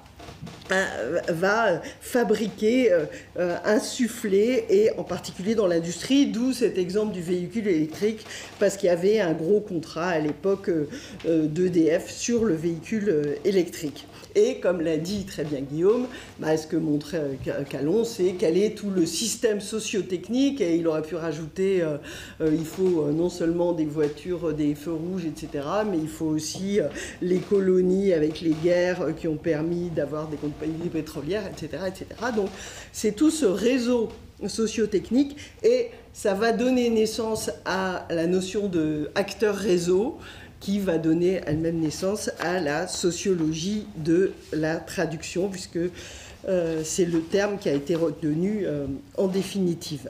Et donc, en fait, en gros, ce qui est important, c'est à la fois que cette première analyse un peu liminaire de la controverse, elle montre bien qu'il faut reconstituer pour comprendre comment se déploie à ce moment-là, ou plutôt ne se déploie pas à ce moment-là le réseau électrique, il faut interroger pas simplement les industriels et EDF, mais il faut vraiment essayer de restituer tous les acteurs qui sont impliqués. Alors, et donc ça va être compliqué parce que ce périmètre, il est complexe, et puis les problèmes eux-mêmes sont instables, et une des choses qui va émerger, c'est que à la fois les problèmes et les acteurs vont varier en tout le temps. Et bon, alors l'exemple liminaire, c'est Pasteur-Pouchet, avec l'étude de Farley et Gesson, qui montre bien que le problème de démarrage, c'est vraiment celui de la génération spontanée. Et donc, si on part du résultat, c'est-à-dire la création, l'invention, comme vous voudrez, des microbes, en fait, on comprend pas la controverse, parce que la controverse, elle portait vraiment sur deux visions, à la fois du monde, de la religion, de la politique, etc., qui était la vision autour de la génération spontanée. Donc, ce travail, il s'appuie en gros sur deux grands principes. Le principe de symétrie qui a été développé à quelques années auparavant par David Bloor, et qui dit qu'il faut traiter de manière symétrique les revendications des protagonistes. Et Calon ajoute, et il faut traiter de cette manière-là, pas simplement il faut traiter comme ça tous les actants impliqués dans la controverse. Et le deuxième principe, c'est un principe d'inclusion, c'est-à-dire qu'on les prend tous en compte, et c'est là qu'il va y avoir le fameux humain-non-humain qui va évidemment susciter beaucoup de réactions. Donc j'essaye d'aller vite. Alors en fait déjà à ce moment-là il y a deux controverses, vont se développer deux controverses sur la controverse. Le premier, c'est une forme, c'est la querelle autour du positivisme. C'est-à-dire que en fait cette approche-là, j'ai oublié de dire que je vais en une première partie reconstituer rapidement ce qu'on appelle controverse et comment on l'a étudié, puis après j'en viendrai plutôt à la partie sur les médias. Donc la controverse, les études de controverse vont se déployer contre une épistémie rationaliste, c'est-à-dire l'idée qu'il y a une réalité, une véridicité des faits scientifiques qui existeraient et qu'il faudrait redécouvrir. Et bien sûr, l'idée qui est devenue un peu banale, c'est que les faits scientifiques sont construits, ce qui ne veut pas dire qu'ils sont faux, mais ils sont construits, ils sont négociés. et ce n'est pas un simple dévoilement de la nature. Et alors, ce que je trouve intéressant, parce que ça, c'est des choses qui sont, je pense, relativement bien connues maintenant, mais ce qui est intéressant, c'est de comprendre que ce rationalisme qui va imbiber toutes les approches techno-scientifiques jusqu'au début du XXIe siècle, en fait, elle se retrouve dans une épistémologie qui a voulu autonomiser les énoncés scientifiques. C'est-à-dire que quand les scientifiques commencent à dire que c'est les énoncés qui sont justes, détachés de tout ce qui a permis de les produire, et c'est là, nous disent dès le tout début du XXe siècle, dans les années 1900, par exemple Dewey ou James, c'est parce qu'on a commencé à autonomiser les éléments scientifiques que finalement on a mis le ver dans le fruit, et ils le disent en 1900, et ils disent c'est parce que vous autonomisez les énoncés scientifiques que vous allez progressivement permettre que soit mise en cause la science elle-même et qu'elle soit considérée comme illégitime. Parce que c'est l'énoncé qui parle, et tout le travail qu'il y a autour, finalement, il va perdre de son autorité. Et le scientisme positiviste, donc, qui décontextualise les faits scientifiques en considérant que l'énoncé doit tenir tout seul. Et donc, en fait, c'était une option dangereuse qui visait à lutter contre le sociologisme. On avait peur d'une lecture de la science qui aurait été tout entière habitée par le fait que Pasteur était catholique et Pouchet, je ne sais plus quoi. Mais du fait, alors évidemment, ce n'est pas les éléments importants, mais en coupant toute l'histoire même du dispositif de production de l'expérimentation, on a en quelque sorte ouvert la porte à la contestation générale des faits scientifiques. Le deuxième, c'est autour de la question de la neutralité, mais peut-être qu'il vaudrait mieux dire justesse. Il y a certaines lectures des travaux, je pense en particulier à un article de Morgan Meyer, qui déduisent que, en fait, la neutralité qui est attendue, la neutralité des points de vue qui est attendue de l'analyste des controverses, eh bien, ça lui interdirait une fonction d'évaluation. Et on traiterait toutes les positions comme si elles avaient la même valeur. Et ça, c'est un point fondamental. Alors, je pense que ça a été dit beaucoup, mais je pense qu'il faut le répéter. C'est pas parce qu'on écoute et qu'on prend en compte toutes les positions qu'on va considérer qu'elles ont toutes la même valeur. Et justement, le travail d'analyse qu'on doit produire, par exemple sur controverses scientifico-techniques, enfin techno-scientifiques, c'est d'essayer de soumettre à l'enquête les éléments de preuve qui sont apportés. C'est pas du tout dire que Pouchet avait raison de dire qu'il y avait de la génération spontanée. Non, il n'y a toujours pas, peut-être qu'il y en aura un jour avec l'IA, mais il n'y a toujours pas de génération spontanée. Donc les épreuves qu'a construit Pasteur étaient évidemment plus solides que celles de Pouchet. Et pourtant, Pouchet est un meilleur scientifique. Bon, en fait, il s'agit vraiment de comprendre comment se fabriquent les preuves en société. J'ai pas le temps, mais sinon je vous parlerai du très bel article que j'aime beaucoup de Chapin sur la phrénologie. Vous savez, la phrénologie, c'était une science du début du siècle qui disait qu'en regardant, du coup je le dis quand même, en regardant les bosses de la tête, on allait déterminer le caractère des personnes.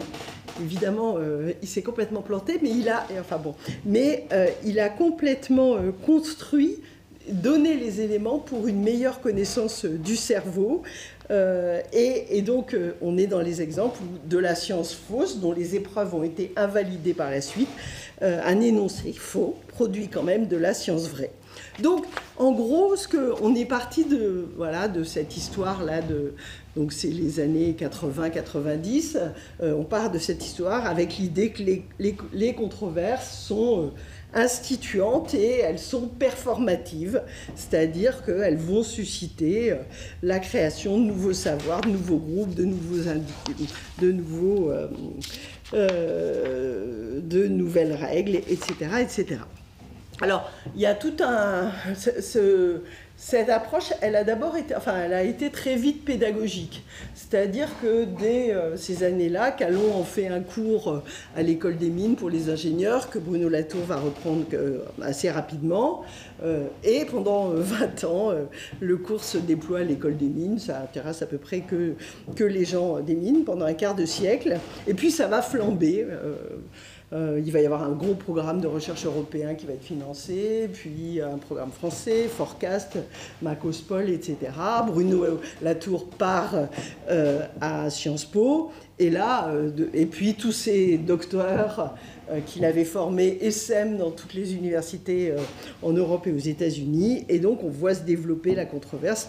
Et c'est devenu aujourd'hui, et c'est très très bien d'ailleurs, mais c'est devenu une espèce de dispositif pédagogique qu'on retrouve dans plein d'institutions. Parfois, ça a à peu près rien à voir avec la sociologie des sciences, enfin, ou la sociologie de la traduction, et c'est très très bien, ça. Mais parfois, c'est vraiment... ça s'oppose carrément au modèle, mais ça prouve la richesse du concept. Alors, évidemment, on pourrait se demander pourquoi cette notion de controverse, elle a connu un tel succès. D'abord, elle a une vraie fonction heuristique, à la fois d'un point de vue pédagogique, mais aussi pour les chercheurs. La controverse, c'est vraiment ce moment ouvert, et c'est pour ça que je pensais à tous les objets bizarres sur lesquels j'avais travaillé, où heureusement, c'est le moment où les acteurs sont obligés d'expliciter ce qui est, Guillaume a parlé de boîte noire, ce qui est mis en boîte noire ordinairement. Et là, comme ils sont sans arrêt obligés de faire ce travail de conviction ou de contradiction, eh bien, ils sont obligés de nous expliquer aussi, à nous chercheurs, de quoi elles sont composées. Et puis, évidemment, c'est aussi lié, le succès des controverses, il est aussi lié aux transformations du statut de la science.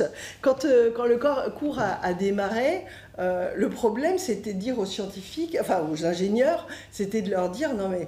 La science peut se tromper, enfin, c'est pas parce que... Enfin, il suffit pas quand il y a un problème technique, il suffit pas de dire on va mettre un peu plus de science et ça sera résolu. Il y avait une espèce de confiance positiviste, on peut le dire, pour l'ajouter. Et puis progressivement, notre discours, moi, quand j'ai repris le cours, mon discours il commençait déjà à tomber un peu à plat, parce que il y avait eu toutes les affaires, je sais pas, du sang contaminé, etc., qui faisaient que la confiance dans les autorités scientifiques, même dans les normes, dans les règles, etc., était beaucoup plus moins univoque. Et aujourd'hui, la position, elle est presque plutôt inversée, c'est-à-dire que les scientifiques qui se méfiaient beaucoup de cette approche en termes de controverses, parce qu'ils avaient quand même tendance à considérer que les controverses, c'était une affaire qu'on devait garder entre soi et pas mettre dans l'espace public, ils ont l'impression que maintenant, tout le monde se saisit de leur sujet et ils attendent souvent des études de controverses qu'elles viennent restituer, redonner de la légitimité à leurs approches. Alors, évidemment, la question qui se pose, et c'est directement relié à ce que je viens de dire, c'est l'espace public, quel rôle joue-t-il dans ces affaires de controverses ? Alors, un peu par construction, les controverses sur lesquelles on travaillait, c'était des controverses dont on débattait dans l'espace public, et pas des querelles de spécialistes qui ont leur intérêt, mais qui n'étaient pas ce qui nous étudiait. Bon, le splendide isolement des sciences a toujours été un peu un fantasme, mais là, vraiment, celles sur lesquelles on travaille, c'est des controverses qui deviennent des problèmes publics et qui, comme le disait Dewey, impliquent à la fois une double dimension, c'est-à-dire il y a à la fois problématisation d'une question, sinon c'est pas un problème public, c'est un débat, c'est une question, etc. Donc il faut qu'il y ait problématisation et il faut qu'il y ait évidemment publicisation avec ce que ces failles appellent un public d'action, c'est-à-dire un public qui s'auto-engendre. Il parle d'explorateurs, d'enquêteurs, d'expérimentateurs. Ça ne veut pas dire des profanes, ça veut dire des gens qui vont s'en saisir et qui n'étaient pas à l'origine prévus dans le débat. Donc, oui, j'aime bien la formule de Dewey qui dit « Le public, c'est l'ensemble encore inconnu, créé de briques et de brocs, par les conséquences inattendues de nos actions. » En gros, c'est l'idée que les institutions, la République, connaissent le bien commun, mais que le public, lui, va devoir l'explorer. Et j'ai été confrontée, j'ai fait pendant quelques années, il y a une école des mines qui s'est créée au Maroc, et j'ai assuré le cours sur les controverses là, et c'est vrai qu'immédiatement s'est posé la question, mais c'est quoi un espace public qui n'est pas selon les règles qu'on connaît bien de la démocratie, et sous quelles conditions vont se développer des controverses dans un espace public qui n'est pas régulé comme le nôtre. Alors il y a un très beau travail de Dupré et Ferrier qui montre que, bon, d'abord, historiquement, le tribunal du public, il a existé bien avant la démocratie participative telle qu'on la connaît, et dès le milieu du XVIIIe siècle, on a un espace public qui débat.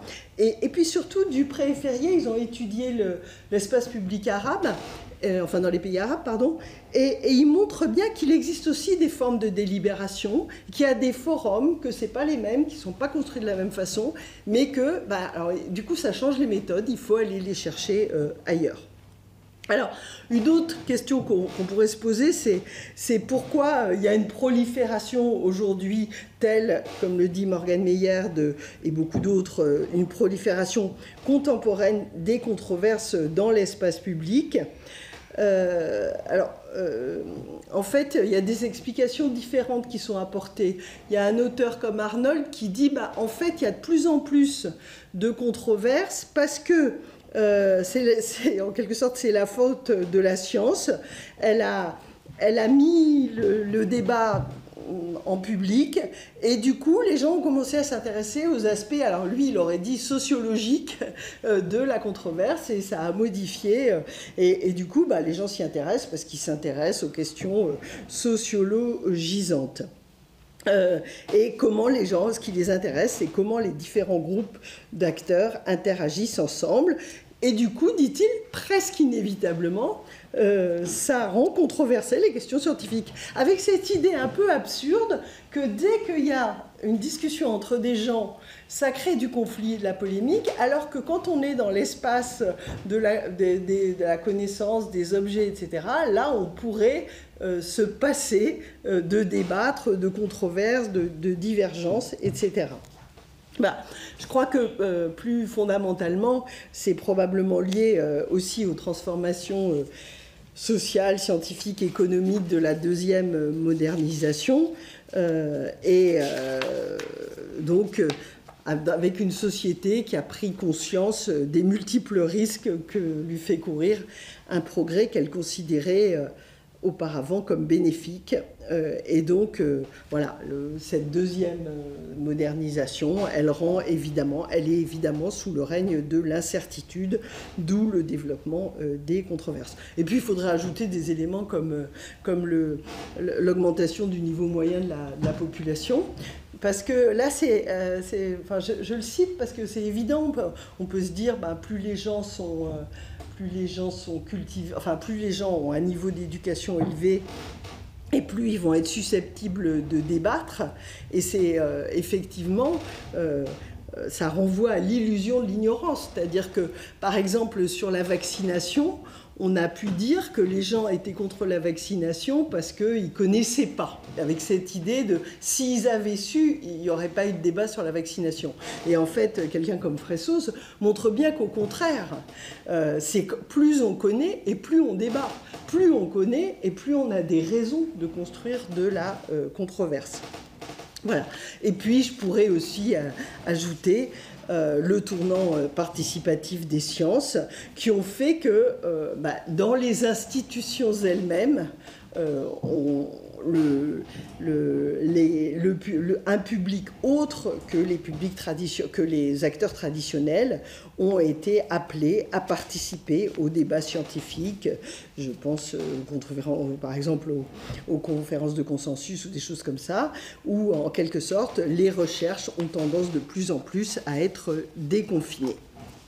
Alors, une fois que j'ai dit ça, évidemment, les médias vont jouer un rôle puissant dans la diffusion des controverses.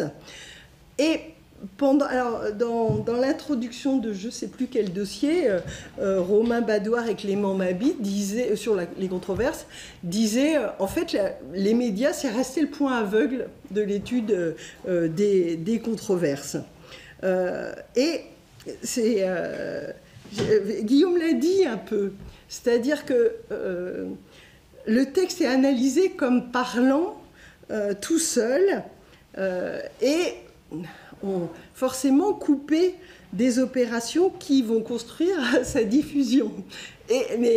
Et du coup, c'est vrai que il devient un peu, les médias deviennent un médiateur, c'est vraiment transparent en quelque sorte. Et c'est une tentation qu'on a tous, c'est-à-dire que en fait, depuis le début, on utilise les médias pour nous permettre d'accéder à la controverse, pour connaître les débats, pour connaître les acteurs, pour connaître le calendrier, pour connaître les thématiques, pour voir comment ça évolue, etc. Mais il y a tout un travail d'interrogation sur ce qu'ils font qui reste en partie ouvert. Pas totalement, mais en partie, c'est ce que je vais essayer de vous dire. Il y a... c'est plus vraiment un point aveugle ou plus totalement un point aveugle, comme en témoigne le dossier qui vient de paraître il y a quelques mois de Quaderni, qui s'appelle Médias et controverses, et qui se pose explicitement la question de dire qu'est-ce que ça fait aux controverses d'en passer par les médias. Et en introduction, Aurélie Desfriches-Doria rappelle l'importance de prendre en compte la dynamique de la médiatisation et nous explique bien qu'il faut tenir compte de la complexité des agencements d'acteurs et de pratiques dans l'élaboration, la diffusion, l'écriture, etc. d'informations. Donc, il y a vraiment un appel à se pencher non seulement sur les connaissances, sur la controverse qui circule à travers les médias, mais aussi sur leur structuration. C'est pas facile. Il y a par exemple un article dans ce dossier qui s'intéresse à la manière dont les populations voisines se représentent les éoliennes. Et donc... évidemment, la question qui va tout de suite se poser, c'est ils vont aller chercher les réponses à ces questions-là dans les médias. Et du coup, comment ils vont traiter ce matériau? C'est-à-dire qu'ils vont relever toutes les phrases émanant de la population, les phrases rapportées, qui disent que les gens pensent des éoliennes, par exemple, que ça dégrade le paysage, etc., patin couffin. Mais... c'est compliqué d'échapper à ce premier niveau parce qu'on est toujours comme si le média était quand même un peu un vecteur de transport de ses positions. Alors, c'est pas l'idée que l'auteur, je vous ai peut-être même pas dit le nom de l'auteur que j'ai oublié, Font et Keller. En fait, c'est pas tout à fait les idées, mais leur idée, c'est qu'il y a une espèce de grille de lecture. Ils vont dire c'est un cadrage juridique qui s'applique aux propos tenus par les personnes. Et donc, en quelque sorte, c'est comme si les médias avaient une grille juridico-politique en tête quand ils parlent des paysages et que, forcément, ils restituent ce qu'ils sont allés chercher en quelque sorte. Bon, je leur jette pas là. On voit bien les limites d'une telle approche. C'est-à-dire que, en quelque sorte, on retrouve dans l'analyse de la controverse les éléments qu'on y a mis, qui étaient cette analyse juridico-politique en introduction, et on va retrouver quelle structure les propos qu'on a extraits. ce qui ne dit pas exactement ce qui est une façon un peu limitative, à mon avis, de comprendre ce qu'opèrent les médias à propos, justement, de ces éoliennes. Alors, pour les médias, même s'il y a des gens qui appellent, des chercheurs qui attirent l'attention sur le fait qu'il faut un peu les remettre dans le jeu et les analyser en tant qu'un acteur agissant parmi les autres. Par contre, quand on parle des réseaux sociaux numériques, alors là, la question ne s'est même pas posée, c'est-à-dire qu'il a semblé évident dès le début que les réseaux sociaux numériques jouaient un rôle important dans le déploiement des controverses. À ceci près que finalement, le prisme dominant, c'est quand même celui de dire c'est un acteur insalubre. C'est-à-dire que les réseaux sociaux vont être considérés comme nocifs parce que, et là il y a une espèce de partage qu'on retrouve y compris dans une introduction par quelqu'un d'autre d'ailleurs, les réseaux sociaux seraient du côté de la polémique, et puis la vraie, la belle controverse, elle serait, ils ne pourraient pas en rendre compte, et on aurait d'un côté des réactions hyper affectives du côté des réseaux sociaux, et puis la raison résonante de l'autre côté, du côté de l'éthique de la discussion habermasienne, donc... Voilà. Donc les réseaux sociaux, en quelque sorte, en plus, les réseaux sociaux, ils ont tendance à personnaliser les débats. Et donc, voilà, ça contribue, nous dit-on, à la brutalisation du débat. Alors, vous voyez bien que ça ne me paraît pas complètement satisfaisant, parce que c'est une manière, encore une fois, de ne pas interroger vraiment ce que les réseaux sociaux font d'une controverse, mais plutôt de leur prêter un modèle de fonctionnement autonome. Alors, j'ai essayé de réfléchir à, finalement, qu'est-ce que font les médias, et médias au sens large, hein, médias et... j'entends réseaux sociaux dedans, qu'est-ce que font les médias et aux controverses.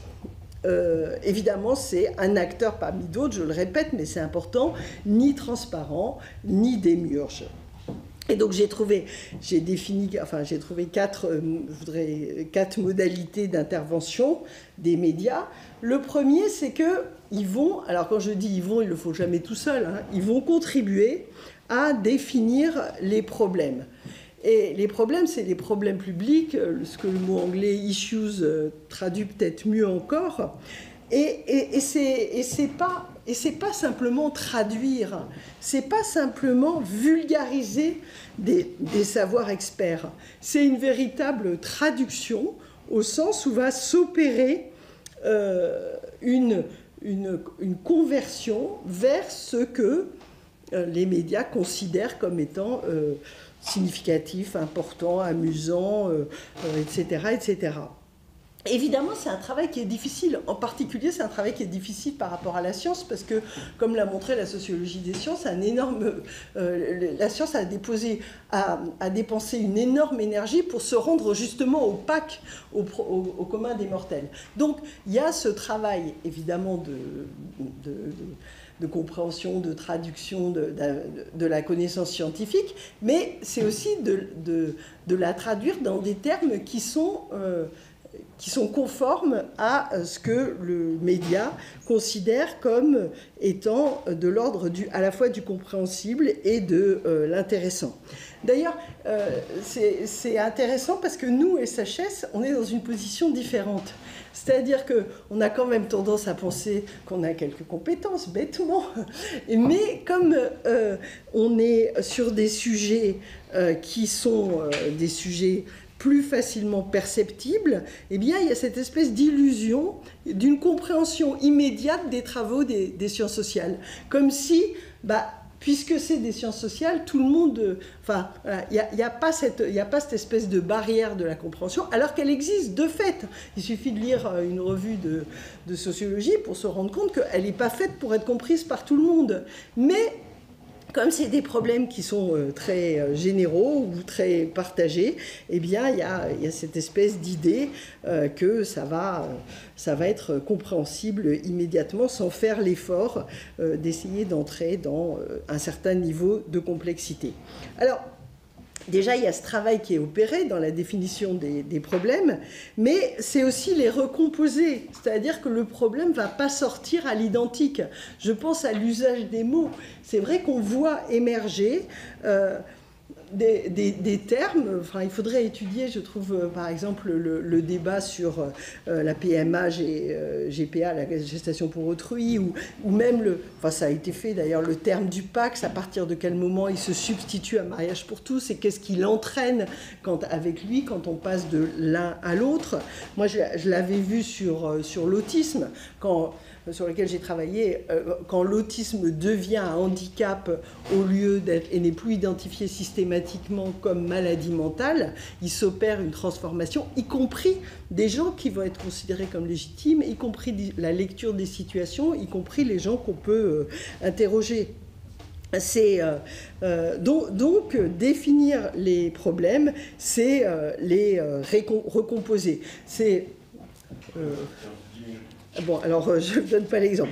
Ça, c'était le premier point. Le deuxième point, c'est constituer la liste des actants.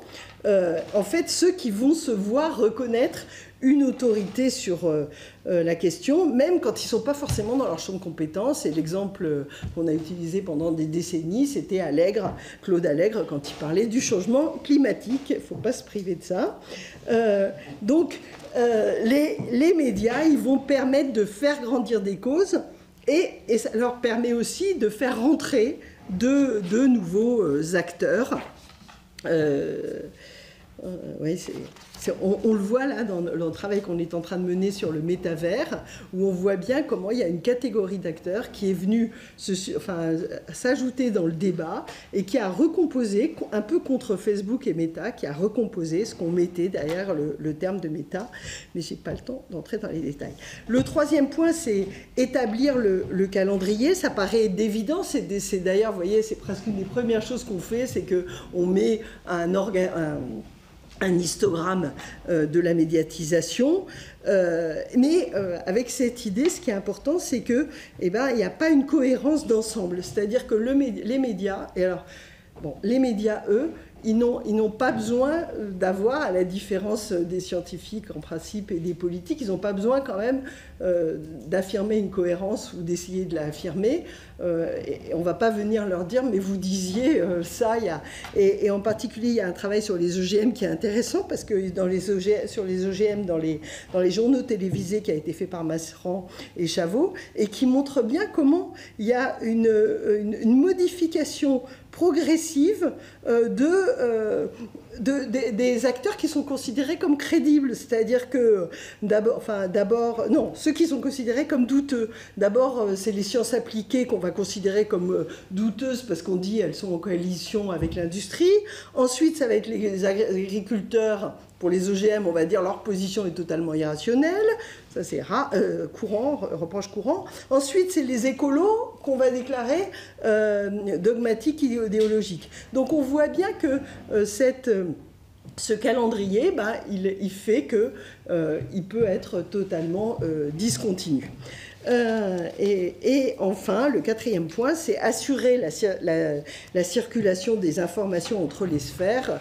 Je crois que c'est Guillaume ou Nina qui ont parlé des arènes. Et évidemment, les arènes ne se recoupent que partiellement, l'arène parlementaire, etc. Mais elles vont agir les unes sur les autres et interagir et s'influencer. J'ai encore 5 minutes. Alors, je voulais dire, évidemment, qu'il y a les médias, ils agissent sur les controverses avec des contraintes. Alors, j'avais dit... Il y a un premier type de contrainte qu'on mobilise tout le temps, par exemple les études de Jean-Baptiste Combi. Évidemment, on va dire les médias ne sont pas indépendants, ils sont dépendants du capital, de la financiarisation, des grands groupes, etc. Bon. Mais je considère que c'est des choses qui sont un peu bien connues. Il y a des contraintes rhétoriques, sémiotiques, professionnelles, qui ont aussi été bien étudiées, en particulier par Cyril Lemieux, etc. Et puis pour les controverses, plus spécifiquement, il y a ce que j'ai appelé, pour faire vite, les contraintes du kiosque. C'est-à-dire qu'il va y avoir à la fois l'exigence de spécificité, c'est-à-dire qu'il va falloir défendre une position particulière pour ne pas répéter exactement ce que font les autres. Et pour ça, on va essayer de multiplier les points de vue, même si on n'est pas dans un modèle politique où il faut entendre... voilà, mais on va quand même essayer de multiplier les positions divergentes. Sauf que quand c'est une controverse à caractère scientifique, ben c'est compliqué. Parce que on voit que c'est rare que les médias fassent intervenir. Non pas, enfin c'est très courant que les médias fassent intervenir des scientifiques qui ne sont pas d'accord, mais ils ne sont pas d'accord sur le contenu même, sur par exemple la méthodologie, sur l'interprétation des résultats, etc. Très souvent, ce dont ils débattent, c'est des grandes options politiques sur lesquelles qui sont en désaccord. Alors il y en a qui font bouger les choses. Je pensais par exemple aux linguistes atterrés, où il y a eu aussi un truc autour des statistiques de l'INSEE, où là on ne parlait pas simplement, vous êtes au service du grand capital, vous êtes, enfin bon, j'en sais rien, je ne sais pas quels sont les reproches, mais où vraiment on discutait de comment on construit, en l'occurrence les statistiques de l'INSEE, qu'est-ce qu'elles recouvrent, comment on les fait marcher, dans quel contexte elles se posent, etc. etc. Donc ça, c'est l'exigence de spécificité. Mais cette exigence de spécificité, elle se conjugue, comme toujours pour les médias, avec une exigence de convergence, j'ai pas le temps parce que je voudrais faire un dernier point. Et aussi avec la contrainte de l'intérêt projeté du public. Je l'ai évoqué plusieurs fois. Alors, je voudrais juste dire une chose, c'est que tout le temps, j'ai parlé des médias, alors que évidemment, c'est une catégorie, on est tous un peu coincés par ça. C'est évidemment pas une catégorie homogène, et il faudrait faire des différences. Je laisse pour tomber l'irrationalisme. Et non, parce que je voudrais juste faire un point, parce que c'est finalement...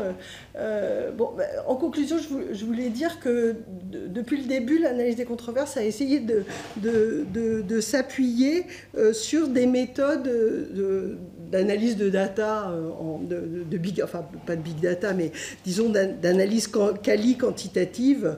On a commencé par l'analyse des réseaux, genre... Navicrawler, c'était pas Navicrawler à l'époque, c'était IssueCrawler. Non, c'était IssueCrawler de Norche Mares. Voilà. Et bon, qui nous permettait de reconstituer le réseau du web, qui était qui se construisait progressivement. On a fait de l'analyse des réseaux. Je ne sais pas si vous avez... Non, vous ne l'avez pas utilisé avec des... Enfin bon. Je passe là-dessus. Il me semble que ce que je voudrais rajouter par rapport à ce que vous avez dit, c'est que, en fait, je trouve que leur travail, il est particulièrement intéressant. Enfin, il va l'être. Il va être particulièrement intéressant parce qu'il va nous donner un accès à la manière dont sont reprises et discutées les informations des médias. Parce qu'ils ne vous l'ont pas montré, mais comme d'habitude, comme dans tous nos travaux, évidemment, dans Twitter et sur les réseaux sociaux, il y a une part très importante des choses qui sont discutées qui viennent des médias traditionnels. Et là, finalement, eh bien, on pourrait peut-être s'interroger sur le fait que est-ce qu'on ne pourrait pas produire à partir de là une caractérisation enrichie de l'espace public, parce qu'on pourrait essayer de s'interroger sur la manière dont il y a itération entre les médias, ça on le sait, c'est facile, on le fait tous, et puis la conversation publique. C'est-à-dire que comment les choses sont-elles reprises, comment elles circulent, qu'est-ce qu'elles sont défendues, qu'est-ce qu'elles engagent, etc. Et là, on voit bien le débat.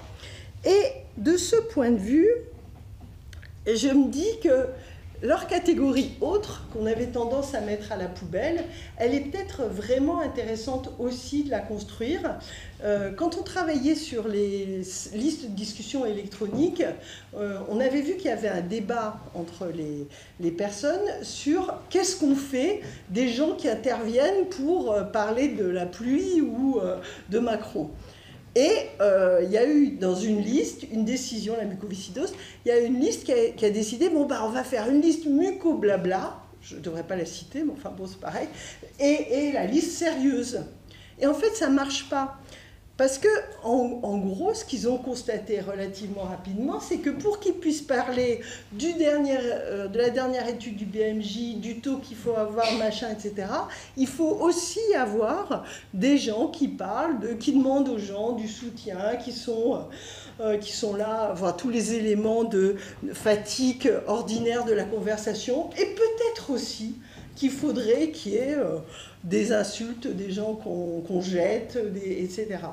Et finalement, je me disais en vous écoutant, mais ce qui serait intéressant, c'est de confronter sur deux objets, est-ce que cet autre, il a des éléments communs? Alors évidemment, on va retrouver en ce moment, je ne sais pas qu'est-ce qu'on va retrouver, la transphobie, Le Pen, etc. Mais est-ce que cet autre, il ne nous dirait pas quelque chose aussi sur, comme pour fabriquer de la conversation, c'est peut-être complètement délirant, hein, vous me le direz, mais est-ce que pour fabriquer de la conversation publique, on n'a pas besoin aussi qu'on puisse dire Le Pen est raciste ou des choses comme ça. Et je pense que leur étude, elle est vraiment intéressante pour ça, quoi, parce qu'elle va nous permettre de voir ce que c'est la conversation autour d'une thématique qui paraît quand même un peu technique, quoi. Enfin, voilà, ils avaient le choix au début, c'est eux qui ont choisi le véhicule électrique, hein. Donc voilà, c'est pas l'amour en fuite. Et donc, je pense qu'il y a vraiment, c'était ça, c'est pour vous dire que je pense que leur travail, il peut vraiment apporter des choses tout à fait passionnantes.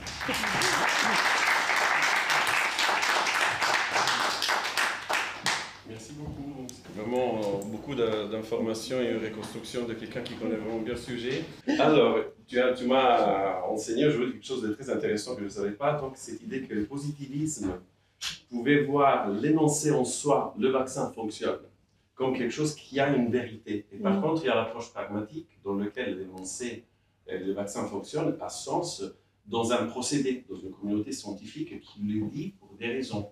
Et alors, moi je me dis, est-ce qu'il y a une différence donc entre parler de la science, moi je me réveille un matin et je lui dis le vaccin fonctionne, le vaccin ne fonctionne pas, et faire de la science? Ça me rappelle un peu la catégorie ancienne grecque entre le juste et le vrai, qui se mélange énormément aujourd'hui.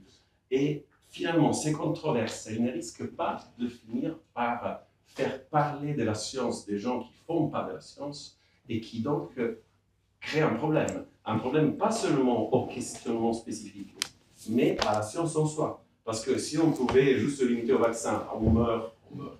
Mais le problème, c'est si on mine la science comme institution dans les démocraties occidentales en disant que c'est juste pour tout le monde de s'exprimer, est-ce qu'on va vraiment y gagner?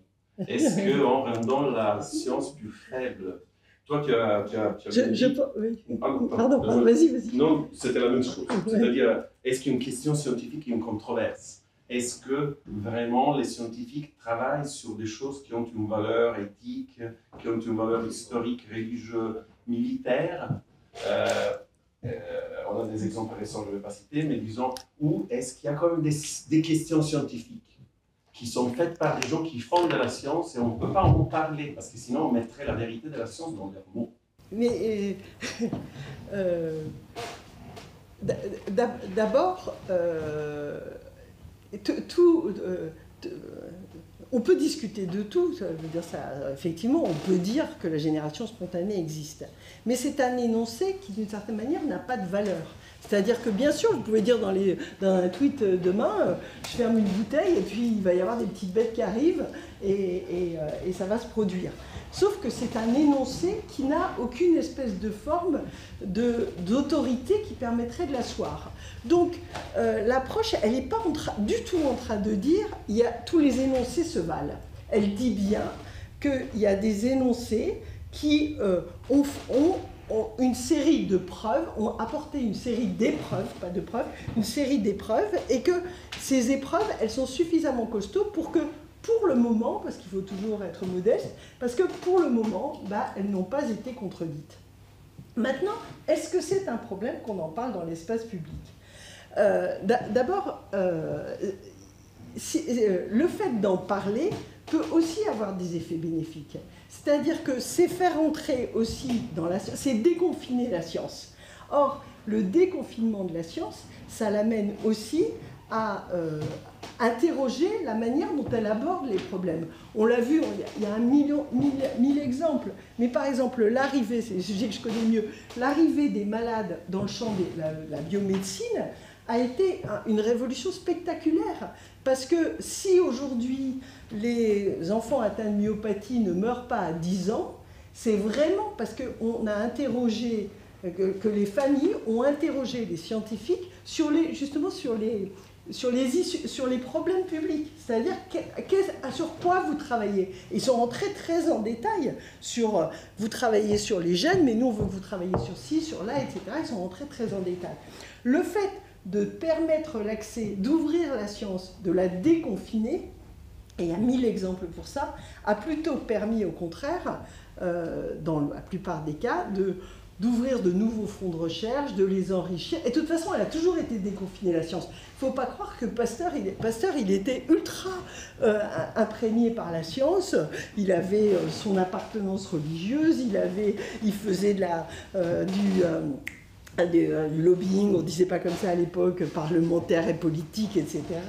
etc. Donc, l'idée fausse qu'il y a un moment où la science aurait fonctionné toute seule, sans être imbibée dans la société, est une idée. Justement, c'est une tentative pour essayer de l'isoler, mais c'est ça qui fait qu'on la conteste davantage.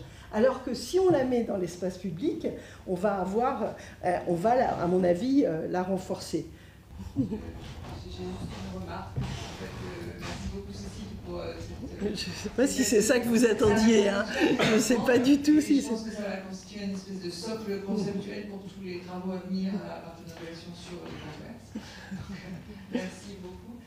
Je ne sais pas si je vais arriver à bien la formuler en plus. On a interrogé récemment Alina Françoise Barré-Sinoussi, c'est des personnes qui justement porte beaucoup ce discours que tu as aussi de la nécessité d'associer la société civile à la recherche biomédicale. Et elle dit que justement, c'est ce qui n'a pas été fait au moment du Covid, et avec les conséquences que l'on sait sur le rejet du vaccin, etc. Et elle,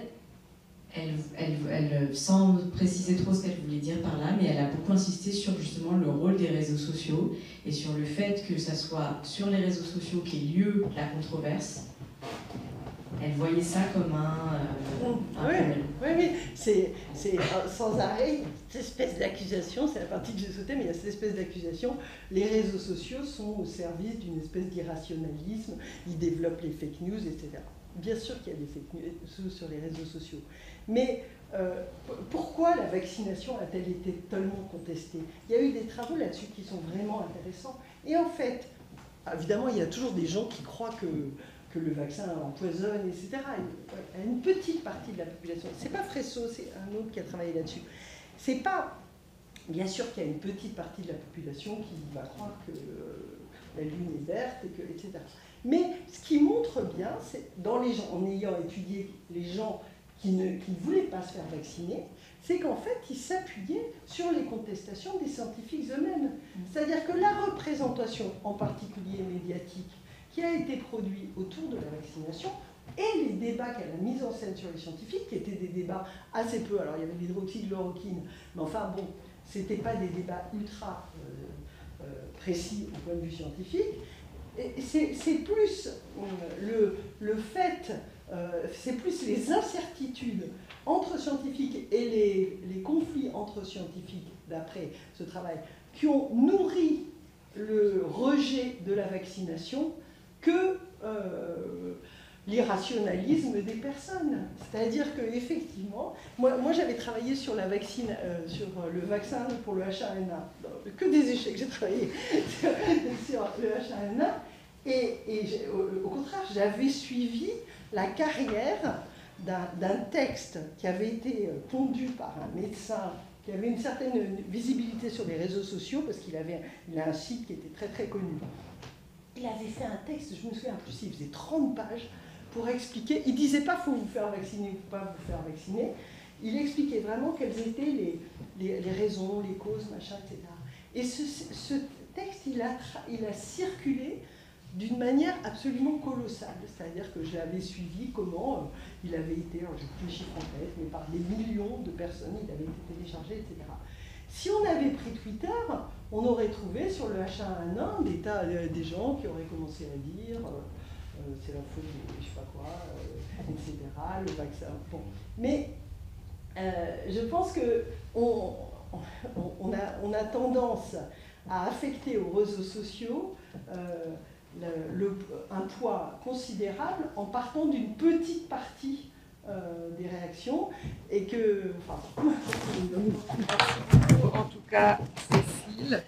Merci aussi à la PhD Box, qui était en quelque sorte un peu l'incarnation de notre ambition de séminaire, qui, je vais le rappeler, est exposer, confronter de nouvelles approches d'exploitation des contenus issus de l'écosystème médiatique, favoriser les échanges entre communautés de chercheurs, développer une réflexion épistémologique et méthodologique de ces convergences et articulations disciplinaires, en même temps qu'éclairer des sujets qui sont au cœur du débat public. Donc ça, c'est notre ambition. Vous y répondez parfaitement. C'était la dernière séance de cette saison. Je peux vous annoncer qu'il y aura une 3e saison du séminaire. Donc on est en train de revoir un peu le format, que cette séance se préfigure un peu. Voilà, je laisse la surprise. Continuez de nous suivre sur les réseaux sociaux et vous aurez la programmation d'ici la fin de l'été de la 3e saison du séminaire. Merci à tous, merci à tous les intervenants qui sont intervenus.